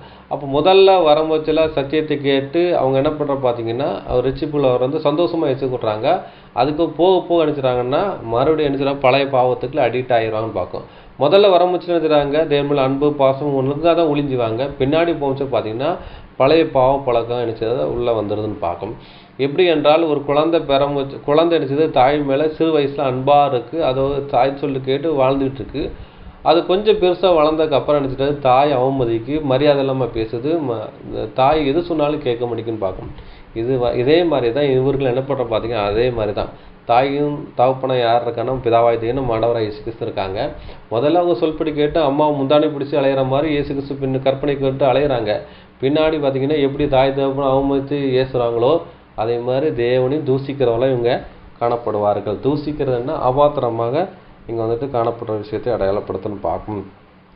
அடுத்தபடி அன்புக்குரிய சகோதரர்களே, அதுக்கப்புறம் பார்த்தீங்கன்னா யார் இரண்டாம் மரணத்துக்குள்ள போவான்னு பார்த்தீங்கன்னா, இங்கே வந்து அபாத்திரமாக போஜன பானம் பண்ணுறதுங்கிற விஷயம் சொல்லப்படுதுன்னு பார்க்கும். அவர்கள் இரண்டாம் மரணத்துக்குள்ள செல்வாருங்கிற விஷயம் சொல்லப்படுதுன்னு பார்க்கும். 1 கொரிந்தியர் 11ஆம் அதிகாரம் 29ஆம் வசனம் படிக்கலாம். 1 கொரிந்தியர் அதிகாரம் 11 வசனம் 29. எண்ணத்தினாலெனில் அபாத்திரமாய் போஜனபானம் பண்ணுகிறவன் கர்த்தருடைய சரீரம் இன்னதென்று நிதானித்து அறியாததினால் தனக்கு ஆக்கினை தீர்ப்பு வரும்படி போஜனபானம் பண்ணுகிறார். இயேசு கிறிஸ்து இது அந்த ஆக்கினை தீர்ப்புனா பனிஷ்மெண்ட் இருக்குது. அந்த பனிஷ்மெண்ட் யாருக்குள்ள, இந்த பனிஷ்மெண்ட்டுக்குள்ள யார் போகிறான்னு பார்த்தீங்கன்னா அபாத்திரமாக போஜனம் பானம் பண்ணுறது விஷயம் சொல்லப்படுதுன்னு பார்க்கும். அப்போ பார்த்தீங்கன்னா அந்த கன்னிகள் சொல்கிறாங்க வந்துட்டு சொல்கிறாங்க, நாங்கள் உங்களுடைய சமூகத்தில் போஜன பானம் பண்ணினோமே அங்கே விஷயம் சொல்கிறாங்க. அப்போ போஜன பானம் பண்ணுறோன்னா இயேசு கிறிஸ்து ரான்சம் வீட்டில் எங்களுக்கு பங்கு இருக்குது, நாங்களும் வந்துட்டு வருஷம் ராபஞ்சத்தை அனுசரித்தோங்கிற விஷயம் சொல்கிறாங்க. ஆனால் என்ன செய்கிறாங்க, அபாத்திரமாக அனுசரிச்சிருக்காங்கன்னு பார்க்கணும். ஏன்னா மறுபடியும் அதே தவறை செஞ்சுக்கிட்டு மறுபடியும் லேசாக மன்னிப்பு கேட்டுட்டு மறுபடியும் அதே தவிர என்ன பண்ணுறாங்க, அதே பாவ பழக்கத்தில் என்ன பண்ணுறாங்க, ஜீவிச்சுக்கிட்டு இருக்காங்க பார்க்கும். அப்படி ஜீவிச்சுக்கிட்டுறவங்க என்ன பண்ணுறாங்க பார்த்தீங்கன்னா தேவனை அவமதிக்கிறாங்கன்னு பார்க்கும். அவன் வந்துட்டு இயேசு கிறிஸ்துவோடைய சரீரம் இன்னதென்று வந்து உணராத இருந்து நினைச்சுறாங்க ராபோச்சனில் பங்கு போடுறான்னு பார்க்கணும். இப்போ அவங்களுக்கு தெரியும் நான் இந்த பாவ பழக்கத்துலாம் இருக்கேன், ராபோச்சனை எடுக்கக்கூடாதுன்னு அவனுக்கு தெரியும். ஆனாலும் மற்றவங்க ஏதாட்டும் நம்மளை நினச்சிடக்கூடாதுங்கிறான விஷயத்தை எண்ணிக்கிட்டு தான் இவங்களும் நினச்சாங்க அந்த பாத்திரத்தில் பங்கு போடுறாங்க. மற்றவங்கள வந்துட்டு ஏமாத்துறாங்க. நானும் பரிசுத்தவானுங்கிறான்னு சொல்லி மற்றவங்களை ஏமாத்துறபடி அவங்க இருக்காங்க. ஆனால் அவங்களுக்கு தெரியல, தானே நீ ஏமாற்றி கொள்றதுன்னு சொல்லி அவங்களுக்கு தெரியல. தெரியாமல் எனக்கு அபாத்திரமாக பங்கு போகிறாங்க. அவங்க இரண்டாம் மரணத்துக்குள்ளே போகிறாங்கன்னு பார்க்கணும். தான் ஆக்கினி தீர்ப்பு ஜட்ஜ்மெண்ட்டுக்குள்ள, என்ன ஜட்ஜ்மெண்ட்டு கூட சொல்ல முடியாது, இது பனிஷ்மெண்ட்டு தான். இதுக்கு வந்துட்டு இந்த ஆக்கினி தீர்ப்பு வந்துட்டாலே இறக்க தாட்சிணையெல்லாம் கிடையாதுன்னு பார்க்கும். இதுதான் இது அடையாளப்படுத்துதுன்னு பார்க்கும். அடுத்தபடி அன்புக்குரிய சகோதரர்களே, 2 தெசலோனிக்கர் 1ஆம் அதிகாரம் 1, 7, 8, 9, 10 வசனங்களை படிக்கலாம். 2 தெசலோனிக்கர் அதிகாரம் 1 வசனங்கள் 1 மற்றும் 7 முதல் 10 முடிய. பவுலும் சில்வானும் தீமோத்தேயும் நம்முடைய பிதாவாகிய தேவனுக்குள்ளும் கர்த்தராகிய இயேசு கிறிஸ்துவுக்குள்ளும் இருக்கிற தெசலோனிக்கேயர் சபைக்கு எழுதுகிறதாவது, தேவனை அறியாதவர்களுக்கும் நம்முடைய கர்த்தராகிய இயேசு கிறிஸ்துவின் சுவிசேஷத்திற்கு கீழ்ப்படியாதவர்களுக்கும் நீதியுள்ள ஆக்கினையை செலுத்தும்படிக்கு கர்த்தராகிய இயேசு தமது வல்லமையின் தூதரோடும் ஜுவாலி தெரிகிற அக்கினியோடும் வானத்திலிருந்து வெளிப்படும் போது அப்படியாகும். அந்நாளிலே நம்முடைய பரிசுத்தவான்களில் மகிமைப்படத்தக்கவராயும் நீங்கள் எங்களுடைய சாட்சியை விசுவாசித்தபடியினாலே உங்களிடத்திலும் விசுவாசிக்கிற எல்லாரிடத்திலும் ஆச்சரியப்படத்தக்கவராயும் அவர் வரும்போது அவர்கள் கர்த்தருடைய சன்னிதானத்திலிருந்தும் அவருடைய வல்லமை பொருந்திய மகிமையிலிருந்தும் நீங்களாகி நித்திய அழிவாகிய தண்டனையை அடைவார்கள். போதும் பார்க்கணும். இது யாருக்கு நம்ம சொல்லிருக்கான்னு பார்த்தீங்கன்னா தெசலோனிக்கே சபையாருக்கு தான் இந்த விஷயங்கள் சொல்கிறான்னு பார்க்கணும். அதை தான் நம்ம 1ஆம் வசனத்தை நான் படிக்க சொன்னேன். ஏன் படிக்க சொன்னோம் பார்த்தீங்கன்னா தெசலோனிக்கே சபையாருக்கு சொல்லிட்டு சொல்கிறாரு, தேவனை அறியாதவர்களும் நம்முடைய கர்த்தராகிய இயேசு கிறிஸ்துவினுடைய சுவிசேஷத்துக்கு கீழ்ப்படியாதவர்களுக்கும் நீதியுள்ள ஆக்கினை செலுத்தும்படி இங்கே சொல்கிறாரு. சொல்லிட்டு பிறகு என்ன சொல்கிறாரு, கர்த்தராகிய இயேசு தமது வல்லமையும் தூதர்களோடும் ஜுவாலி தெரிந்த அக்னியோடு வானத்திலிருந்து வெளிப்படும் போது அப்படி ஆகும் அப்படின்னு சொல்கிறாரு பார்க்கும். சொல்லிட்டு சொல்றாரு, அந்நாளிலே தம்முடைய பரிசுத்தவான்கள் மகிமைப்படத்தக்கதாயும் நீங்கள் எங்களுடைய சாட்சியையும் விசுவாசித்தபடினாலே உங்களிடத்தில் விசுவாசி எல்லோரிடத்திலும் ஆச்சரியப்படத்தக்கதாயும் அவர் வரும்போது அவர்கள் கர்த்தருடைய சன்னிதானத்திலிருந்தும் அவருடைய வல்லமை பொருந்திய மகிமையிலிருந்து நீங்கள் ஆக்கி நித்திய அழிவில்லா தண்டனை அடைவார்கள் இருக்கு. அப்போ நித்திய தண்டனைக்கு அழிவுக்கு யார் போவான்னு பார்த்தீங்கன்னா தேவனை அறிந்தவர்களுக்கும் நம்மளோட கர்த்தராகிய இயேசு கிறிஸ்துவின் சுவிசேஷ கீழ்ப்படியாதவர்களுக்கும் நீதியுள்ள ஆக்கினை செலுத்தும்படின்ட்டு. அப்போ வந்துட்டு நினைச்சிட்டாருன்னா அப்போ தேவனுடைய யாருக்கு எழுதுறோம்னா தெசலோனிக்கே சபையக்காரன் எழுதுறா பார்க்கணும். சபை விசுவாசி எப்படி இருக்கான்னு பார்க்கணும். தேவனை அறிஞ்சிருக்காங்க, நம்ம கர்த்தராகிய இயேசு கிறிஸ்துவோட சுவிசேஷம் கீழ்ப்படியாங்க. சுவிசேஷம் அறிஞ்சு கீழ்ப்படியாதவர்களுக்கு என்ன பண்ணுறா பார்த்தீங்கன்னா நீதி உள்ள ஆக்கினை செலுத்தும்படியாக எப்போ வரா பார்த்தீங்கன்னா அவர் 2ஆம் வருகையில் ஜுவாலித்த அக்கினியை போல வெளிப்படும் போச்சு அப்படி பண்ணுறான்னு பார்க்கும். அப்போ வந்துட்டு என்ன சொல்கிறா பார்த்தா நித்திய அழிவு தண்டனையை என்ன சொல்கிறது அடைவார்கள் இருக்கு. அப்போ பார்த்தீங்கன்னா இயேசு கிறிஸ்து 2ஆம் வருகையில் வந்ததுக்கப்புறம் அதாவது ராஜ்யத்தை ஸ்டார்ட் பண்ணுறாருல அப்போ வரும்போது பார்த்தீங்கன்னா யாரெல்லாம் சபையும் சபையாக மாறுறாங்க, திரள்கூட்டமாக மாறுறாங்க, உலக ஜனங்களாக என்ன செய்றாங்க, ராஜ்யத்தில் வராங்க பார்க்கணும். இந்த உயிர்த்தெழுதலில் யாரெல்லாம் வரலையோ, அவங்க யாரும் வராதவங்க யாருன்னு பார்த்தீங்கன்னா, இங்கே ஆக்கினி தீர்ப்புள்ளவங்க தான் வராதவங்கன்னு சொல்லி என்ன நம்ம புரிஞ்சுக்கலாம் பார்க்கணும். அப்போ தண்டனை தீர்ப்பு, ஆக்கினி தீர்ப்பு யார் வருவாங்கன்னு பார்த்தீங்கன்னா, சபையிலுடைய விசுவாசிகள்னு பார்க்கணும். ஏன்னா அவங்க முதலாவது சத்தியத்துக்கு கீழ்ப்படியாதவர்களை தான் அடையாளப்படுத்தும் பார்க்கணும். இவங்க இரண்டாம் மரணத்துக்குள்ளே போவாங்க விஷயம் சொல்லப்படுறது பார்க்கணும். அடுத்தபடியாக அன்புக்குரிய சகோதரர்களே, அடுத்தபடி யார் வருவாங்க இரண்டாம் மரணத்துக்குள்ளே போவாங்கிற விஷயம் படிக்கலாம். தீத்து 3ஆம் அதிகாரம் 10-11 படிக்கலாம். தீத்து அதிகாரம் 3 வசனம் 10 மற்றும் 11. வேத புரட்டனாயிருக்கிற ஒருவனுக்கு நீ இரண்டொரு பேரும் புத்தி சொன்ன பின்பு அவனை விட்டு விலகு. அப்படிப்பட்டவன் நிலை தவறி தன்னிலே தானே ஆக்கினை தீர்ப்படையவனாய் பாவம் செய்கிறவன் என்று அறிந்திருக்கிறாயே.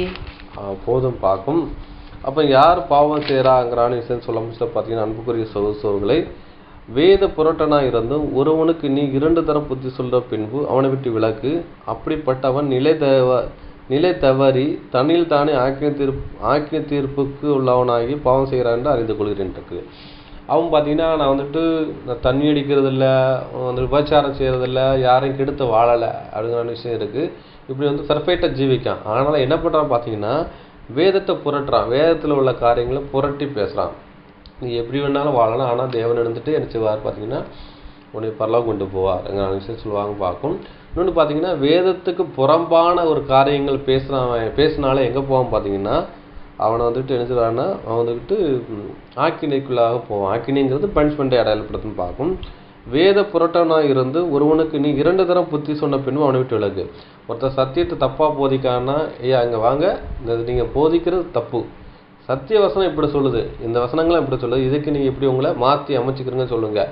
இல்லை நான் ஸ்கிரிப்டில் இப்படி இருக்கு, அவர் அப்படி எழுந்தார், இந்த தூதன் இப்படி சொல்லிருக்கு, அந்த தூதன் அப்படி சொல்லியிருக்காரு, அவர் எங்கள் மூப்பர் சொன்னார், அவர் சொன்னார், இவர் சொன்னார், நீங்கள் கேட்டு நீ ஃபாலோ பண்ணிட்டீங்கன்னு வைங்களேன், அவங்க என்ன பண்ணுறா பார்த்தீங்கன்னா, அப்படிப்பட்டவன் நிலை தவறி தண்ணில் தானே ஆக்கிர தீர்ப்புக்கு எதவனும் பாவம் செய்கிறான்னு அறிந்துக்கிறேன்ட்டுருக்கு. அப்போ என்ன செய்கிறான்னா, அவன் தவறவனாக இருக்கான், நிலை தவறனா இருக்கான். அவன் நிலை தவறுனா ஏதோ ஒரு போதையில் இருக்கான். போதைங்கிறது என்ன, இப்போ மதுபானம் இருக்கிறவனுக்கு நிலை தயாரி இருப்பான், ஏன்னா ஏதோ ஒரு போதையில் இருப்பான். அதே மாதிரி இவர் என்ன ஒரு போதனையில் இருப்பார். அப்போ அந்த போதனையில் தான் நிலை நிற்பார் வழியா, நம்ம இந்த போதனை உண்மையான போதனையை நம்ம சொன்ன நினைச்சதே கேட்க மாட்டான். அவன் எங்கே தான் இருப்பான்னு பார்த்தீங்கன்னா, ஆக்கினிக்கு தீர்ப்பு தான் போன்னு பார்க்கணும். அப்போ பார்த்தீங்கன்னா, நீங்கள் ஒரு கேள்வி கூட எடுக்கலாம், பிரதர் அவர் தவறே செய்யலை, கரெக்டாக தான் இருக்கார், தப்பாக தானே பேசிட்டாரு, ராஜ்யத்தில் கொண்டு வந்துடலாமே அப்படின்னு கூட ஒரு கேள்வி கூட வரலான்னு பார்க்கணும். ஏன்னா ராஜ்யத்தில் கொண்டு வந்தால் இவங்களால அங்கேயும் துருபதேசம் பேசுகிறாங்கன்னு பார்க்கணும், பேசிடுச்சுதான் அங்களுக்கு எடுத்துருவான்னு பார்க்கும். கடைசியாக 1000 years கிங்டம்ஸில் இதுதான் நடக்க போகுது. தவறான உபதேசத்துலாம் என்ன பண்ணுறா பார்த்தீங்கன்னா, ஜனங்கள் போகிறாங்க, அங்கே தான் தேவன் வேறுபடுத்தி அங்கே 2ஆம் மரணத்துக்குள்ள சிலவங்களாம் வேறுபிரிக்கான்னு பார்க்கும். அப்போ வேத புரட்டனா இருக்கிறவனு எங்கே போவான்னு பார்த்தீங்கன்னா, 2ஆம் மரணத்துக்குள்ளே போவான்னு பார்க்கறது தான் கள்ள தீர்க்கதரிசிங்கிறான விஷயத்த சொல்கிறான்னு பார்க்கும். அதை கூட படிக்கலாம். 2 பேதுரு 2ஆம் அதிகாரம் 1-2 வசனங்களை படிக்கலாம். 2 பேதுரு அதிகாரம் 2 வசனங்கள் 1 மற்றும் 2. கள்ள தீர்க்கதரிசிகளும் ஜனங்களுக்குள்ளே இருந்தார்கள், அப்படியே உங்களுக்குள்ளும் கள்ள போதகர்கள் இருப்பார்கள். அவர்கள் கீட்டுக்கு ஏதுவான வேத புரட்டுகளை தந்திரமாய் நுழைய பண்ணி தங்களை கிரயத்துக்கு கொண்ட ஆண்டவரை மறுதலித்து தங்களுக்கு தீவிரமான அழிவை வருவித்துக் கொள்ளுவார்கள். அவர்களுடைய கெட்ட நடக்கைகளை அநேகர் பின்பற்றுவார்கள். அவர்கள் நிமித்தம் சத்திய மார்க்கம் தூஷிக்கப்படும். அப்போ மறுதளிக்கிறவர் யாருன்னு பார்த்தீங்கன்னா, தேவனை இன்னும் மறுதளிக்கிற ஒரு லிஸ்ட்டு யாருன்னு பார்த்தீங்கன்னா, ஒன்று சத்தியத்துக்கு ஆப்போசிட்டாக ஜீவிக்கிற மறுதளிக்கிறவங்க தான். இன்னொரு மறுதளிக்கிற லிஸ்ட்டு யாருன்னு பார்த்தீங்கன்னா, இவங்க கள்ளத்திருக்கல் கேட்டு இவங்க என்ன பண்ணுவாங்க, சத்தியத்துக்கு ஆப்போசிட்டாக நினச்சிட்டா பேசுகிறவங்க தான் கள்ள தீர்க்கதரிசிங்கிறான விஷயம் சொல்லப்படுதுன்னு பார்க்கும்.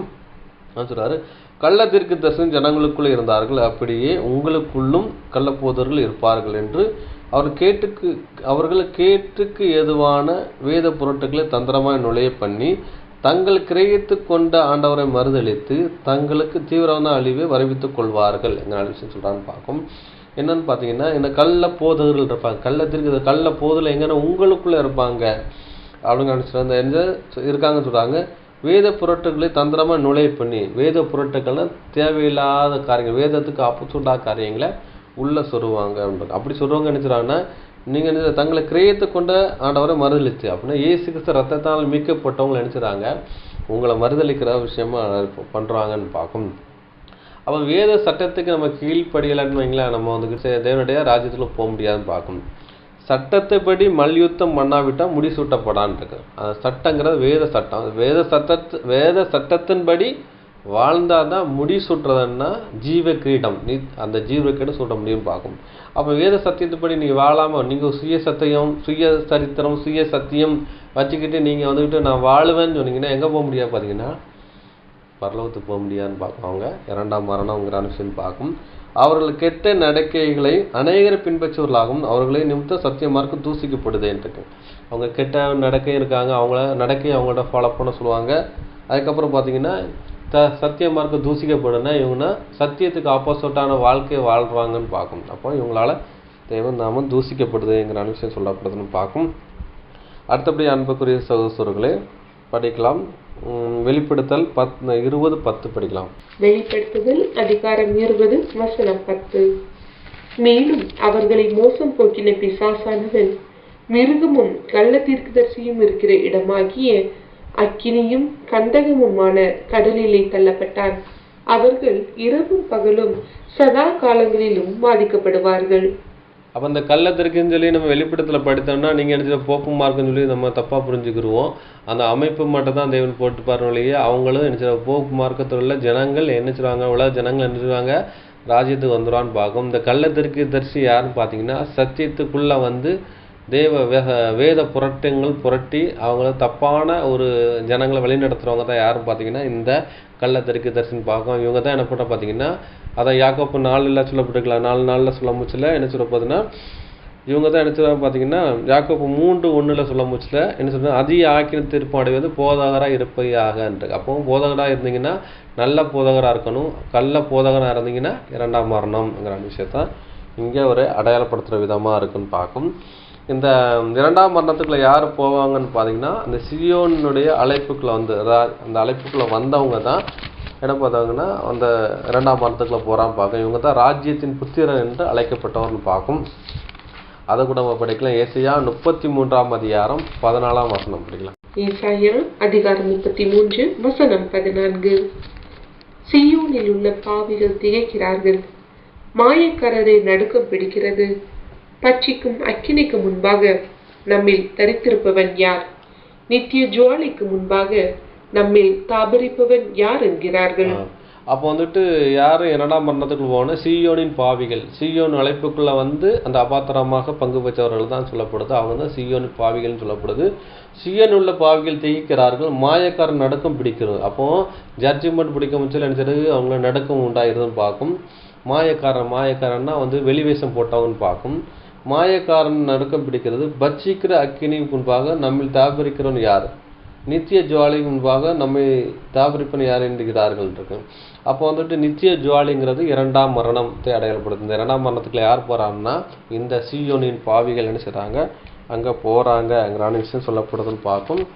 அடுத்தபடி அன்புக்குரிய சகோதரர்களே, அப்போ வந்து நம்ம சத்தியத்தை அறிஞ்சிருக்கோம், நல்லா நம்ம வந்துட்டு பேசிக்கெலாம் எடுக்க எல்லாம் பண்ணுறோம். அப்போ வந்துட்டு நம்ம தேவன் வந்து தயவு தாட்சியம் பண்ண மாட்டாரா அப்படிங்கிறான நமக்குள்ள ஒரு கேள்வி கூட வரும் பார்க்கும். அதுக்கு வந்து ரிசல்ட் நம்ம படிக்கலாம். எசேக்கியேல் 18 அதிகாரம் 24 அதிகாரம் 24 26 படிக்கலாம். நீதிமான் தன் நீதியை விட்டு விலகி அநீதி செய்து துன்மார்க்கம் செய்கிற சகல அருவருப்பும் படியே செய்வான் ஆகியில் அவன் பிழைப்பானோ? அவன் செய்த அவனுடைய எல்லா நீதிகளும் நினைக்கப்படுவதில்லை. அவன் செய்த தன்னோட துரோகத்தினாலே அவன் செய்த தனது பாவத்தினாலே சாவான் இருக்கு. அவன் தனது துரோகத்தினாலே சாவான் இருக்கு. அப்போ துரோகங்கிறது என்னது, வசனத்தைப்படி காத்துக்கொள்ளாத துரோகின்னு இருக்கு. அப்போ வந்துட்டு துரோகம்னா வசனத்தைப்படி தன்னை ஜீவியத்தை அனுகுணமாக ஆக்காமல் ஆப்போசிட்டாக வாழ்ந்தவங்க தான் இந்த நீதிமான் என்ற கேட்டகரியில் வந்து இந்த துரோகின்னு பார்க்கும். இவங்க வந்துட்டு நீதிமானம் வாழ்கிறாங்க, ஆனால் என்ன பண்ணுறா பார்த்தா துர்மார்க்கமாக ஜீவிக்காங்க. அதனால் பார்த்தீங்கன்னா இவங்களுடைய நீதியெல்லாம் நினைக்கப்படுவதில்லை, இவங்க முடிவு சுட்டரிக்கிறதுங்கிற விஷயம் சொல்லப்படுது. 26 வசனம் படிக்கலாம். நீதிமான் தனது நீதியை விட்டு விலகி அநீதி செய்து அதிலே செத்தால் அவன் செய்த அநீதியுமே அவன் சாவான்றது. அப்போ நீதிமான் தனது நீதியை விட்டு விலகி அநீதியிலே செத்தால் அவன் செய்த அநீதினால் நிமித்தம் அவன் சதான். இப்போ வந்துட்டு அவன் என்ன பண்ணுறான் பார்த்தீங்கன்னா, அவன் நீதியை விட்டு விலகி அவன் அநீதியில் செஞ்சனால தான் அவன் சாகரான்னு வழியா தேவன் ஒன்று என்ன செய்து பனிஷ்மெண்ட் பண்ணல. ஏன்னா அதுதான் அவனுக்கு ஜட்ஜ்மெண்ட்டு, அதுதான் நியாய தீர்ப்பு. தீர்ப்பு என்ற நியாயமான தீர்ப்பு. ஏன்னா உப்பு தின்னவன் தண்ணி குடிக்கணும், தப்பு செய்தவன் தண்டனை அனுபவிக்கணும்னு பார்க்கணும். உப்பு தின்ன உடனே உடனே தண்ணி குடிக்கணும், அப்படி தானே. அதே மாதிரி இவங்க தப்பு செய்தவனுக்கு தண்டனைங்கிற ஒரு விஷயம் தான் வரணும். இல்லையா இந்த மனிதனை நினச்சிட்டா மன்னிக்க முடியாதுன்னு பார்க்க. ஏன்னா இவன் துணிகாரம் துரோகியாக இருக்கான்னு பார்க்கும். அடுத்தபடியாக அன்புக்குரிய சகோதரர்களே படிக்கலாம். அதுக்கப்புறம் யாரெல்லாம் வந்து இரண்டாம் மரணத்துக்குள்ளே போவாங்கிறான்னு ஒரு லிஸ்ட் இருக்கு பார்க்கும், அதை கூட படிக்கலாம். வெளிப்படுத்தல் 20ஆம் அதிகாரம் 20, 5, 6, 7, 8, 9, 10, 14, 15 வசனங்கள் படிக்கலாம். வெளிப்படுத்துதல் அதிகாரம் 20 வசனங்கள் 5 முதல் 10 மற்றும் 14, 15. மரணமடைந்த மற்றவர்கள் அந்த 1000 வருஷம் முடியும் அளவும் உயிரடையவில்லை. இதுவே முதலாம் உயிர்த்தெழுதல். முதலாம் உயிர்த்தெழுதலுக்கு பங்குள்ளவன் பாக்கியவானும் பரிசுத்தவானுமாயிருக்கிறான். இவர்கள் மேல் இரண்டாம் மரணத்திற்கு அதிகாரம் இல்லை.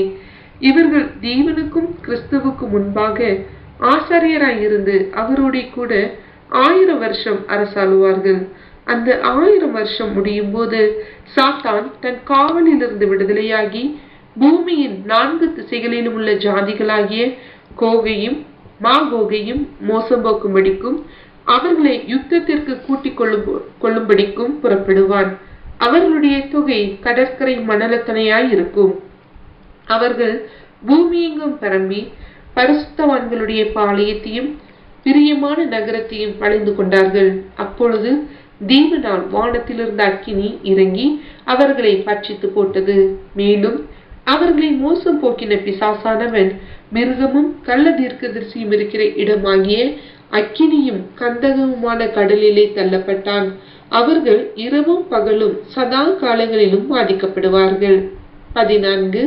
அப்பொழுது மரணமும் பாதாளமும் அக்கினி கடலிலே தள்ளப்பட்டன. இது இரண்டாம் மரணம். ஜீவ புஸ்தகத்திலே எழுதப்பட்டவனா காணப்படாதவனவனோ அவன் அக்கினி கடலிலே தள்ளப்பட்டான். அப்போதும் பார்க்கும். பார்த்தீங்கன்னா வெளிப்படுத்த 20:5 சொல்ல முடிச்சல என்ன சொல்லுதுன்னா, மரணம் அடைந்த மற்றவர்கள் அந்த 1000 வருஷம் முடியும் வரையும் உயிரடையவில்லை. இதுவே முதலாம் உயிர்த்தெழுதல் என்றார்கள். மரணம் அடைந்த மற்றவர்கள் அந்த 1000 வருஷம் முடியும் அளவும் உயிரடையவில்லை. இதுவே முதலாம் உயிர்த்தெழுதல் என்றார்கள். அப்போ வந்துட்டு இரண்டாம் மரணத்துக்குள்ளே வர்றவங்க எங்கே வரலன்னு பார்த்தீங்கன்னா, முதலாம் உயிர்த்தெழுதலில் பங்கு பெறாதவங்க தான் இரண்டாம் மரணத்துக்குள்ளே போவான்னு பார்க்கணும். முதலாம் உயிர்த்தலில் யார் வரலன்னா, இந்த உலகத்தில் நடக்கிற அந்த உயிர்த்தல் இருக்குது, அந்த உயிர்த்தலில் யார் வர முடியலன்னு பார்த்தீங்கன்னா இரண்டாம் மரணத்துக்குள்ளே போகிறவங்க வரலன்னு பார்க்கும். அதான் இங்கே விஷயத்தை அடையாளப்படுத்தும் பார்க்கும். இப்போ 1000 வருட அரசாட்சிக்குள்ளேயும் இரண்டாம் மரணத்துக்குள்ளே போகிறாங்க வர முடியாதுங்கிறான விஷயத்த தான் இங்கே சொல்லப்படுதுன்னு பார்க்கும். முதலாம் உயிர்த்தல் உள்ளவன் பரிசுத்தவான் பாக்கியவானாக இருக்கிறான். அவனுக்கு இரண்டாம் மரணம் அதிகாரம் இல்லைன்றது. இது யாரை இடையப்படுத்தினா சபைக்கு மட்டும்தான் இது பொருந்தும் பார்க்கும். முதலாம் உயிர்த்தலில் பங்குள்ளவன் பரிசுத்தவான் பாக்கியவான் இருக்கு, இவங்கள தான் பொருந்தும். இவர்கள் தேவனுக்கும் கிறிஸ்துக்கும் முன்பாக ஆசாரியர் இருந்து அவர்கள் கூட 1000 வருடம் அரசாள்வார்கள். இவர்கள் தேவனுக்குன்னா பிதாவை தேவனுக்கும் கிறிஸ்துவுக்கும் ஆசாரியனா இருந்து, ஆசாரியன்னா மத்தியஸ்தருன்னு அர்த்தம் பார்க்கும். மத்தியஸ்தராக இருந்து நினைச்சுறாங்க 1000 வருடம் அங்கே அரசாள்றாங்க, அவங்கள நினைச்சுறாங்க வழி நடத்துறாங்கிற அனுசரித்து சொல்லப்படுறதும் பார்க்கும். முதலாம் உயிர்த்தெழுதல் அப்படின்னு பார்த்தீங்கன்னா முதல்ல நினைச்சது பார்த்தீங்கன்னா சபை தான் உயிர்த்தெழுதுது. அதுக்கப்புறம் தான் பின்னாடி உலக ஜனங்களும் உயிர்த்தெழுது பார்க்கும். அப்போ முதலாம் உயிர்த்தெழுதுன்னா சபையை தான் இங்கே சொல்லப்படுது இல்லையா, உலக ஜனங்க உயிர்த்தெழுதுனா 2வது அந்த கேட்டகரியில் வருவாங்க பார்க்கும். முதல்ல சபை திரள் கூட்டம், அதுக்கு 3வது தான் உலக ஜனம் பார்க்கும். இந்த முதலாம் உயிர்த்தெழுதவங்களுக்கு வர்றவங்கள தான் எங்கே போக முடியாமல் அவங்களுக்கு தான் என்னது இரண்டாம் மரணம் ஆளுகை பண்ணுவதில்லைன்னு இருக்கும். அப்போ வந்துட்டு சபையும் திரள் கூட்டத்துக்கும் என்னது சபைக்கும் திரள் கூட்டத்துக்கும் இரண்டாம் மரணம் அங்கே ஆளுகை செய்தலைன்னு பார்க்கும். அந்த 1000 வருஷம் முடிந்த பொழுது சாத்தான் விடுதலை ஆக்கின்னு இருக்கும். விடுதலை ஆகி எங்கே வரான் பார்த்தீங்கன்னா, எங்கே வரான் ராஜ்யத்துக்குள்ளே வாரம் பார்க்கும். அப்போ வாரம் பார்க்கும். அவன் என்ன பண்ணுறான் பார்த்தீங்கன்னா, அவர்கள் பூமி எங்கும் பரவி பரிசுத்தவானுடைய பாளையத்தையும் பிரியமான நகரத்தையும் வளைத்து கொண்டார்கள். அப்பொழுது தேவனால் வானத்திலிருந்து அக்கினி இறங்கி அவர்களை பட்சித்ததுங்கிற விஷயம் சொல்லுது பார்க்கும். அப்போ பார்த்தீங்கன்னா இது என்ன பார்த்தீங்கன்னா, அந்த 1000 வருடம் முடிஞ்சதுக்கப்புறம் பார்த்தீங்கன்னா அந்த அங்கே இருக்க அந்த உலக ஜனங்கள் மற்ற ஜனங்களை மோசம் போக்குறபடியாக நினச்சிடான் இவன் வாரம் பார்க்கும். சாத்தான் வந்து அவங்களுக்கு குழப்படி பண்ணுறான் பார்க்கும். அங்கே இருக்க ஜனங்களை கூட உள்ளே புகுந்து குழப்படி பண்ணுறான் பார்க்கும். அப்படி பண்ண முடிச்சில் பார்த்தீங்கன்னா இங்கே அவங்களுக்கு ஒரு ஜட்ஜ்மெண்ட்டு நடக்குன்னு பார்க்கும். இவங்களும் நினைச்சிட்டாங்க பார்த்தீங்கன்னா இங்கே ஒரு ஆளை இவங்களும் ஒரு ஆட்களை கூட்டு வராமல் பார்க்கும். பூமி 4 திசையில் உள்ள ஜாதியாகிய கோகியும் மாகியும் மோசம் போக்குப்படி அவர்களை யுத்தத்துக்கு கூட்டிக் கொண்டு வரும்படி புறப்படுவான். அவர்களுக்கு தொகை கடற்கரை மலர்ந்தையாக இருக்கும்னு பார்க்கும். அப்போ வந்து இவங்க 2ஆம் மரணத்துக்குள்ளே போவாங்களோ அவங்களுடைய தொகை பார்த்தா கடற்கரை மணலத்தனையாக இருக்குன்னு பார்க்கும். அப்போ கடற்கரை மணலத்தனைன்னா இது ஒரு திரள் கூட்டமான ஜனங்கள் எங்கே போகிறாங்க பார்த்தீங்கன்னா 2ஆம் மரணத்துக்குள்ள ராஜ்யத்தில் இருந்து கீழ்ப்படியாமல் 2ஆம் மரணத்துக்குள்ளே போகிறான்னு பார்க்கும். இப்போ இவங்களுக்கு ஜட்ஜ்மெண்ட் பண்ண முடிச்சது தான் முதலாவது எழுதுறாங்க பாதாளத்தில் அடக்கி வச்சிருக்காங்களே அவங்களுக்கு சேர்த்து அங்கே ஒரு தண்டனை இருக்குன்னு பார்க்கும். மேலும் அவர்களை மோசம் போய்க்கிற பிசாசானமும் மிருகமும் கள்ள தீர்க்கதரிசியும் 2ஆம் ஆகி அக்கினி கந்தமும் கடலே தள்ளப்படுவார்கள் இருக்கு. இப்போ ஏன்னா பார்த்தீங்கன்னா இப்போ ராஜ்யத்தில் என்ன கள்ள தீர்க்கதரிசி இருப்பாங்க. கள்ள தீர்க்கன்னு தவறான உபதேச பகுதிக்கிறோம் இருக்காங்கன்னு பார்க்கும். ஏன்னா அந்த லாஸ்ட் மினிட்ல என்ன செய்றாங்க இவங்களோட சேர்ந்து இது பண்ணுறாங்க பார்த்தீங்கன்னா கூட்டிட்டு அதோடு சேர்ந்து வராங்க பார்க்கும். அப்போ இவங்களும் அழிக்கப்படுறாங்க பார்க்கும். அதுக்கப்புறம் பார்த்தீங்கன்னா ஏற்கனவே இருந்த அந்த கள்ள தீர்க்கதரிசிகள் பாதத்தை அடைச்சி வச்சிருக்காங்க அவங்களும் சேர்த்து மரணத்துக்குள்ளே போகிறான்னு பார்க்கும். அப்பொழுது மரணம் பாதாமும் அக்கினிகளில் தள்ளப்படாது. இது 2ஆம் மரணம். ஜீவ புஸ்தகத்தில் எழுதப்பட்டவர்களாக காணப்பட்டவர்களோ அவர்கள் அக்கினி கடலில் தள்ளப்பட்டார்கள். ஜீவ புஸ்தகத்தில் எழுதப்படாதவர்களாக காணப்பட்டவர் எவரோ அவர்களே அக்கினி கடலில் தள்ளப்பட்டார்கள். அப்போ ஜீவ புஸ்தகத்தில் யார் இடம் பெற்றிருக்கான்னு பார்த்தீங்கன்னா இந்த ராஜ்யத்தை கடைசியாக நிற்காங்கள முடிவு வந்து நிலைநிற்கிற ரட்சிக்கப்படுவான்னு இருக்கு. அப்போ 1000 வருடம் நிற்கிறவங்க அவங்க வந்துட்டு என்ன பண்ணுறாங்கன்னா அவங்க ஜீவ புஸ்தகத்தில் இடம் பெற்றுறாங்க. ஜீவ புஸ்தகங்கிறது என்ன எவர்லாஸ்டிங் அப்படின்னா அவங்க நித்திய ராஜ்யத்துக்குள்ளே பிரவேசிச்சுறாங்க. இந்த கூட்டம் நித்திய ஒரு அழிவுக்குள்ளே போதும் பார்க்கும். இதான் ஒரு விஷயம் பார்க்கும். அடுத்தபடி அன்புக்குரிய சகோதரர்களே ஆக்கினை தீர்ப்பு குறித்தும் இந்த விஷயங்களை இப்போ நம்ம படிக்க போகிறோம். ஏன்னா இப்போ வந்துட்டு சியோன்னு அழைப்புக்குள்ளே வந்து இவங்களை வந்து ஜட்ஜ்மெண்ட் வந்துட்டு மரணத்துக்குள்ளே போகிறாங்கன்னு பார்க்கும். இவங்களுக்கு எந்த தயவு சாட்சியும் இல்லைன்னு பார்க்கும். இதுக்கு நிழலான ஒரு சம்பவம் என்னங்கிற விஷயத்தை நம்ம வந்து படிக்க போகிறோம்னு பார்க்கும். ஒரு வசனத்தை நம்ம படிச்சுட்டா நம்ம புரியும் பார்க்கணும். ஏன்னா இவங்களுக்கு கொடுக்கப்படலையே ஏன் எதுக்குங்கிற விஷயத்தை நம்ம வந்துட்டு பார்க்கலாம். நியாயப்பிரமாணத்தில் ஒரு சட்டம் இருக்குது. இந்த சட்டத்தை நம்ம படித்தா தான் நம்ம புரியும் பார்க்கணும். ஏன்னா நியாயப்பிரமாணத்தை விபச்சாரம் பண்ணால் சாதாரண மக்கள் விபச்சாரம் பண்ணால் அவங்கள வந்து கல்லால் அடித்து கொல்லணுன்னு இருக்கு. அந்த கல்லால் அடித்து கொல்லும் போச்சுல அந்த கல்லால் அடிப்பாங்க. அவள் வந்துட்டு ரத்தம் செஞ்சு அப்படி செயல் எங்கேயாவது விழுந்துட்டானா அப்படி செத்தவங்களும் இருக்காங்க. இவங்க செத்துட்டான்னு சொல்லி விட்டுட்டு போயிட்டாங்கன்னா அவள் திரும்பி எந்திக்கிறதுக்கு வர்றதுக்கு வாய்ப்பு இருக்குன்னு பார்க்கணும். வாய்ப்பு இருந்தால் கூட அவள் வந்து பிழைக்கிறதுக்கு வாய்ப்பு இருக்குது. ஆனால் ஒரு ஆசாரியனோட குமாரத்தி அவள் விபச்சாரம் பண்ணிட்டானா தீயை வச்சு எரிக்கணும்னு இருக்கு. அக்கினியை வச்சு கொளுத்துன்னு இருக்கு. கொளுத்து அடிச்சதுன்னா செத்துருவான்னு பார்க்கும். அப்போ கல்லால் அடித்து பிழைக்கிற ஒரு வாய்ப்பு இருக்குது. ஆனால் தீயை வச்சு கொளுத்துனதுக்கப்புறம் பிழைக்கிறதுக்கு வாய்ப்பு இருக்கானா வாய்ப்பே இல்லைன்னு பார்க்கும். இதுதான் தண்டனைன்னு பார்க்கும். இந்த ஆசாரியனு குமாரத்தி யாரை அடையாளப்படுத்தினா பிரதான ஆசாரியன ஆண்டவராக இயேசு கிறிஸ்து அடையாளப்படுத்துது. அவருடைய குமாரத்தி யாருன்னா இங்கே உள்ள ரட்சிப்புகள் வந்து அந்த ஜனங்களை அடையாளப்படுத்தும் பார்க்கணும். இவள் தவறு செஞ்சா இவளுக்கு என்னென்ன முடிவு இடம் பண்ண பார்த்தீங்கன்னா அவளுக்கு சுட்டு எரிக்கிறது தான்ங்கிற விஷயம் சொல்லப்படுதுன்னு பார்க்கும். அதுக்கு நம்ம படிக்கலாம். யோவான் 8 3 4 5 படிக்கலாம். யோவான் அதிகாரம் 8 வசனங்கள் 3 முதல் 5 முடிய. அப்பொழுது விபசாரத்திலே கண்டுபிடிக்கப்பட்ட ஒரு ஸ்திரீயை வேதபாரகரும் பரிசேயரும் அவரிடத்தில் கொண்டு வந்து அவளை நடுவே நிறுத்தி, போதுகிறே, இந்த ஸ்திரீ விபசாரத்தில் கையும் மெய்யுமாய் பிடிக்கப்பட்டாள். இப்படிப்பட்டவர்களை கல்லெறிந்து கொள்ள வேண்டும் என்று மோசே நியாய பிரமாணத்தில் நமக்கு கட்டளையிட்டிருக்கிறாரே, நீர் என்ன சொல்லுகிறீர் என்றார்கள். போதும். இப்போ வந்துட்டு அதை கடைசி சொல்ல அவர் சொல்றாரு அதற்கு அவள் இல்லை ஆண்டவரே. இயேசு கிறிஸ்து சொல்றாரு உன்னை யாரும் ஆக்கினைக்குள் தீர்க்கவில்லையா அப்படிங்கிறான்னு சொல்றாரு. அப்போ அவர் தீர்க்கவில்லைங்கிற விஷயம் சொல்றாரு. அப்போ நீயும் சமாதானம் போன்றிருக்கும். இப்போ ஆக்கினை தீர்ப்புங்கிற விஷயம் என்னன்னு பார்த்தீங்கன்னா ஒரு ஜட்ஜ்மெண்ட்டை அடையாளப்படுத்துன்னு பார்க்கும். இப்போ வந்துட்டு அந்த பெண்ணுக்கு ஒரு விடுதலை கிடைச்சிதுன்னு பார்க்கும். அதே மாதிரி பார்த்தீங்கன்னா இதே மாதிரி தேவ நாமத்தை தூசிக்கப்படுறவங்களுக்கு என்ன பண்ணால் கல்லால் அடித்து கொல்லணும்னு பார்க்கும். அதே மாதிரி பவுலை கூட நினைச்சுறாங்க இவர் தேவ நாமத்தை தூசிக்கிறனா தேவனுக்கு ஆப்போசிட்டாக உபதேசம் பண்ணுறாங்க. இது வந்து நசரேனுடைய போதகத்தை பண்ணுறாங்கன்னு சொல்லி அவரை கல்லால் அடிப்பாங்க. அவர் செத்துட்டான்னு சொல்லி போட்டு போயிடுவாங்க. அதுக்கப்புறம் பின்னாடி அவர் எந்திரிச்சு வருவான்னு பார்க்கணும். அது மாதிரி கல்லால் அடித்து வந்து செத்துட்டான்னு சொல்லி போட்டவங்க கூட உயிரோடு வருவாங்க. ஆனால் வந்துட்டு தீயை வச்சு எரிச்சா அங்கே வர முடியாதுங்கிற சொல்லப்படுது பார்க்கணும். தீயை வச்சு எரிக்கிறது என்னென்ன எதை அடையாளப்படுத்தினா அது வந்துட்டு ஒரு ஜட்ஜ்மெண்ட்டை அடையாளப்படுத்தும் பார்க்கும். லேவியாகமும் 21:9 படிக்கலாம். லேவியராகமும் அதிகாரம் 21 வசனம் 9. ஆசாரியனுடைய குமாரத்தி வேசித்தனம் பண்ணி தன்னை பரிசுத்த குலைச்சலாக்கினால் அவள் தன் தகப்பனையும் பரிசுத்த குலைச்சலாக்குகிறாள். அவள் அக்கினியிலே சுட்டெரிக்கப்பட கடவள். போதும் பார்க்கும். இப்போ ஒரு ஆசாரியோட குமாரத்தை என்ன பண்ணுறாங்கன்னா விபச்சாரம் பண்ணிட்டா என்ன பண்ணுறா பார்த்தீங்கன்னா அவளை வந்துட்டு அக்னியில் சுட்டரிக்குன்னு பார்க்கும். ஆசாரிய குமாரத்தை வேசித்தனம் பண்ணி தன்னை பரிசுத்த குலைச்சலாக்கினால் அவள் தன்னுடைய தகப்பனை பரிசுத்த குலைச்சலாக்கிறாள். அவள் அக்னியில் சுட்டரிக்கப்படணும். இப்போ வந்துட்டு நியாயப்பிரமாணத்தை சட்டம் 2ஆக பிரிக்குது. ஏன்னா சாதாரண மக்கள் தவறு செஞ்சால் இதே விபச்சார குற்றம் செஞ்சால் கல்லால் அடித்து கொள்ளணும். அதோடைய ஆசாரியனுடைய குமாரத்தை இதே விபச்சாரம் பண்ணால் இவளை தீய வச்சு எரிக்கணும். அதாவது சட்டம் சொல்லுதுன்னு பார்க்க. ஏன் அப்படின்னா ஆசாரியன் உதடு அறிவை காக்கணும். அவருடைய வாயில தான் வேதம் இருந்துச்சுன்னு பார்க்கணும்.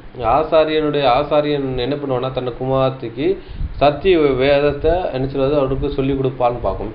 நம்ம அதை சொல்லிக் கொடுத்துருக்க முச்சில அந்த சத்தியத்துக்கு செவி கொடுக்காம அவள் வந்துட்டு ஆப்போசிட்டாக ஜீவிக்க முச்சில தான் அவளுக்கு ஜட்ஜ்மெண்ட் கொடுமையாக இருக்குன்னு பார்க்கணும். ஆனால் சாதாரண மக்களுக்கு அப்படி கிடையாது. எப்படின்னா ஓய்வு நாளில் வந்துட்டு இந்த ஆசாரிகளை சத்தியம் சொன்னாதான் இவங்க வந்து கேட்கணும்னு பார்க்கணும். ஆனால் ஆசாரிய குமாரத்தி ஆசாரியனோட 7 நாள் வந்துட்டு அவள்கிட்ட அவங்களும் குடும்பத்தில் ஒரு விதத்தில் இருக்கா. ஆனாலும் குடும்பத்தில் இருக்க இவளுக்கு வந்துட்டு பாவம் செய்தா வந்துட்டு 2ஆம் மரணம் பார்க்கணும். இந்த ஆசாரியனை யார் அடையாளப்படுத்துனா மடாரா இசைத்து அடையாளப்படுத்துது. அது 7 நாளுங்கிறது 7 சபை காலத்தை அடையாளப்படுத்துது. இந்த குமாரத்தை விபச்சாரம் செய்கிறதுனா வேசித்தனம் பண்ணுறதுனா உலகத்தோட கலந்துருக்கிறதுன்னு பார்க்கணும். இவரோட முடிவு சுட்டரிக்கிறதுங்கிற விஷயத்த இங்கே நிலனான ஒரு விஷயம் செஞ்சுருக்கா. அதை தான் இங்கே நிஜத்துலேயும் இங்கே நடக்கும் பார்க்கணும். இதுதான் 2ஆம் மரணத்துக்குரிய அந்த காரியம் பார்க்கும். 7 பொறுமையோடு கேட்டவங்களை தேவன் தாமே ஆசீர்வதிப்பாராக.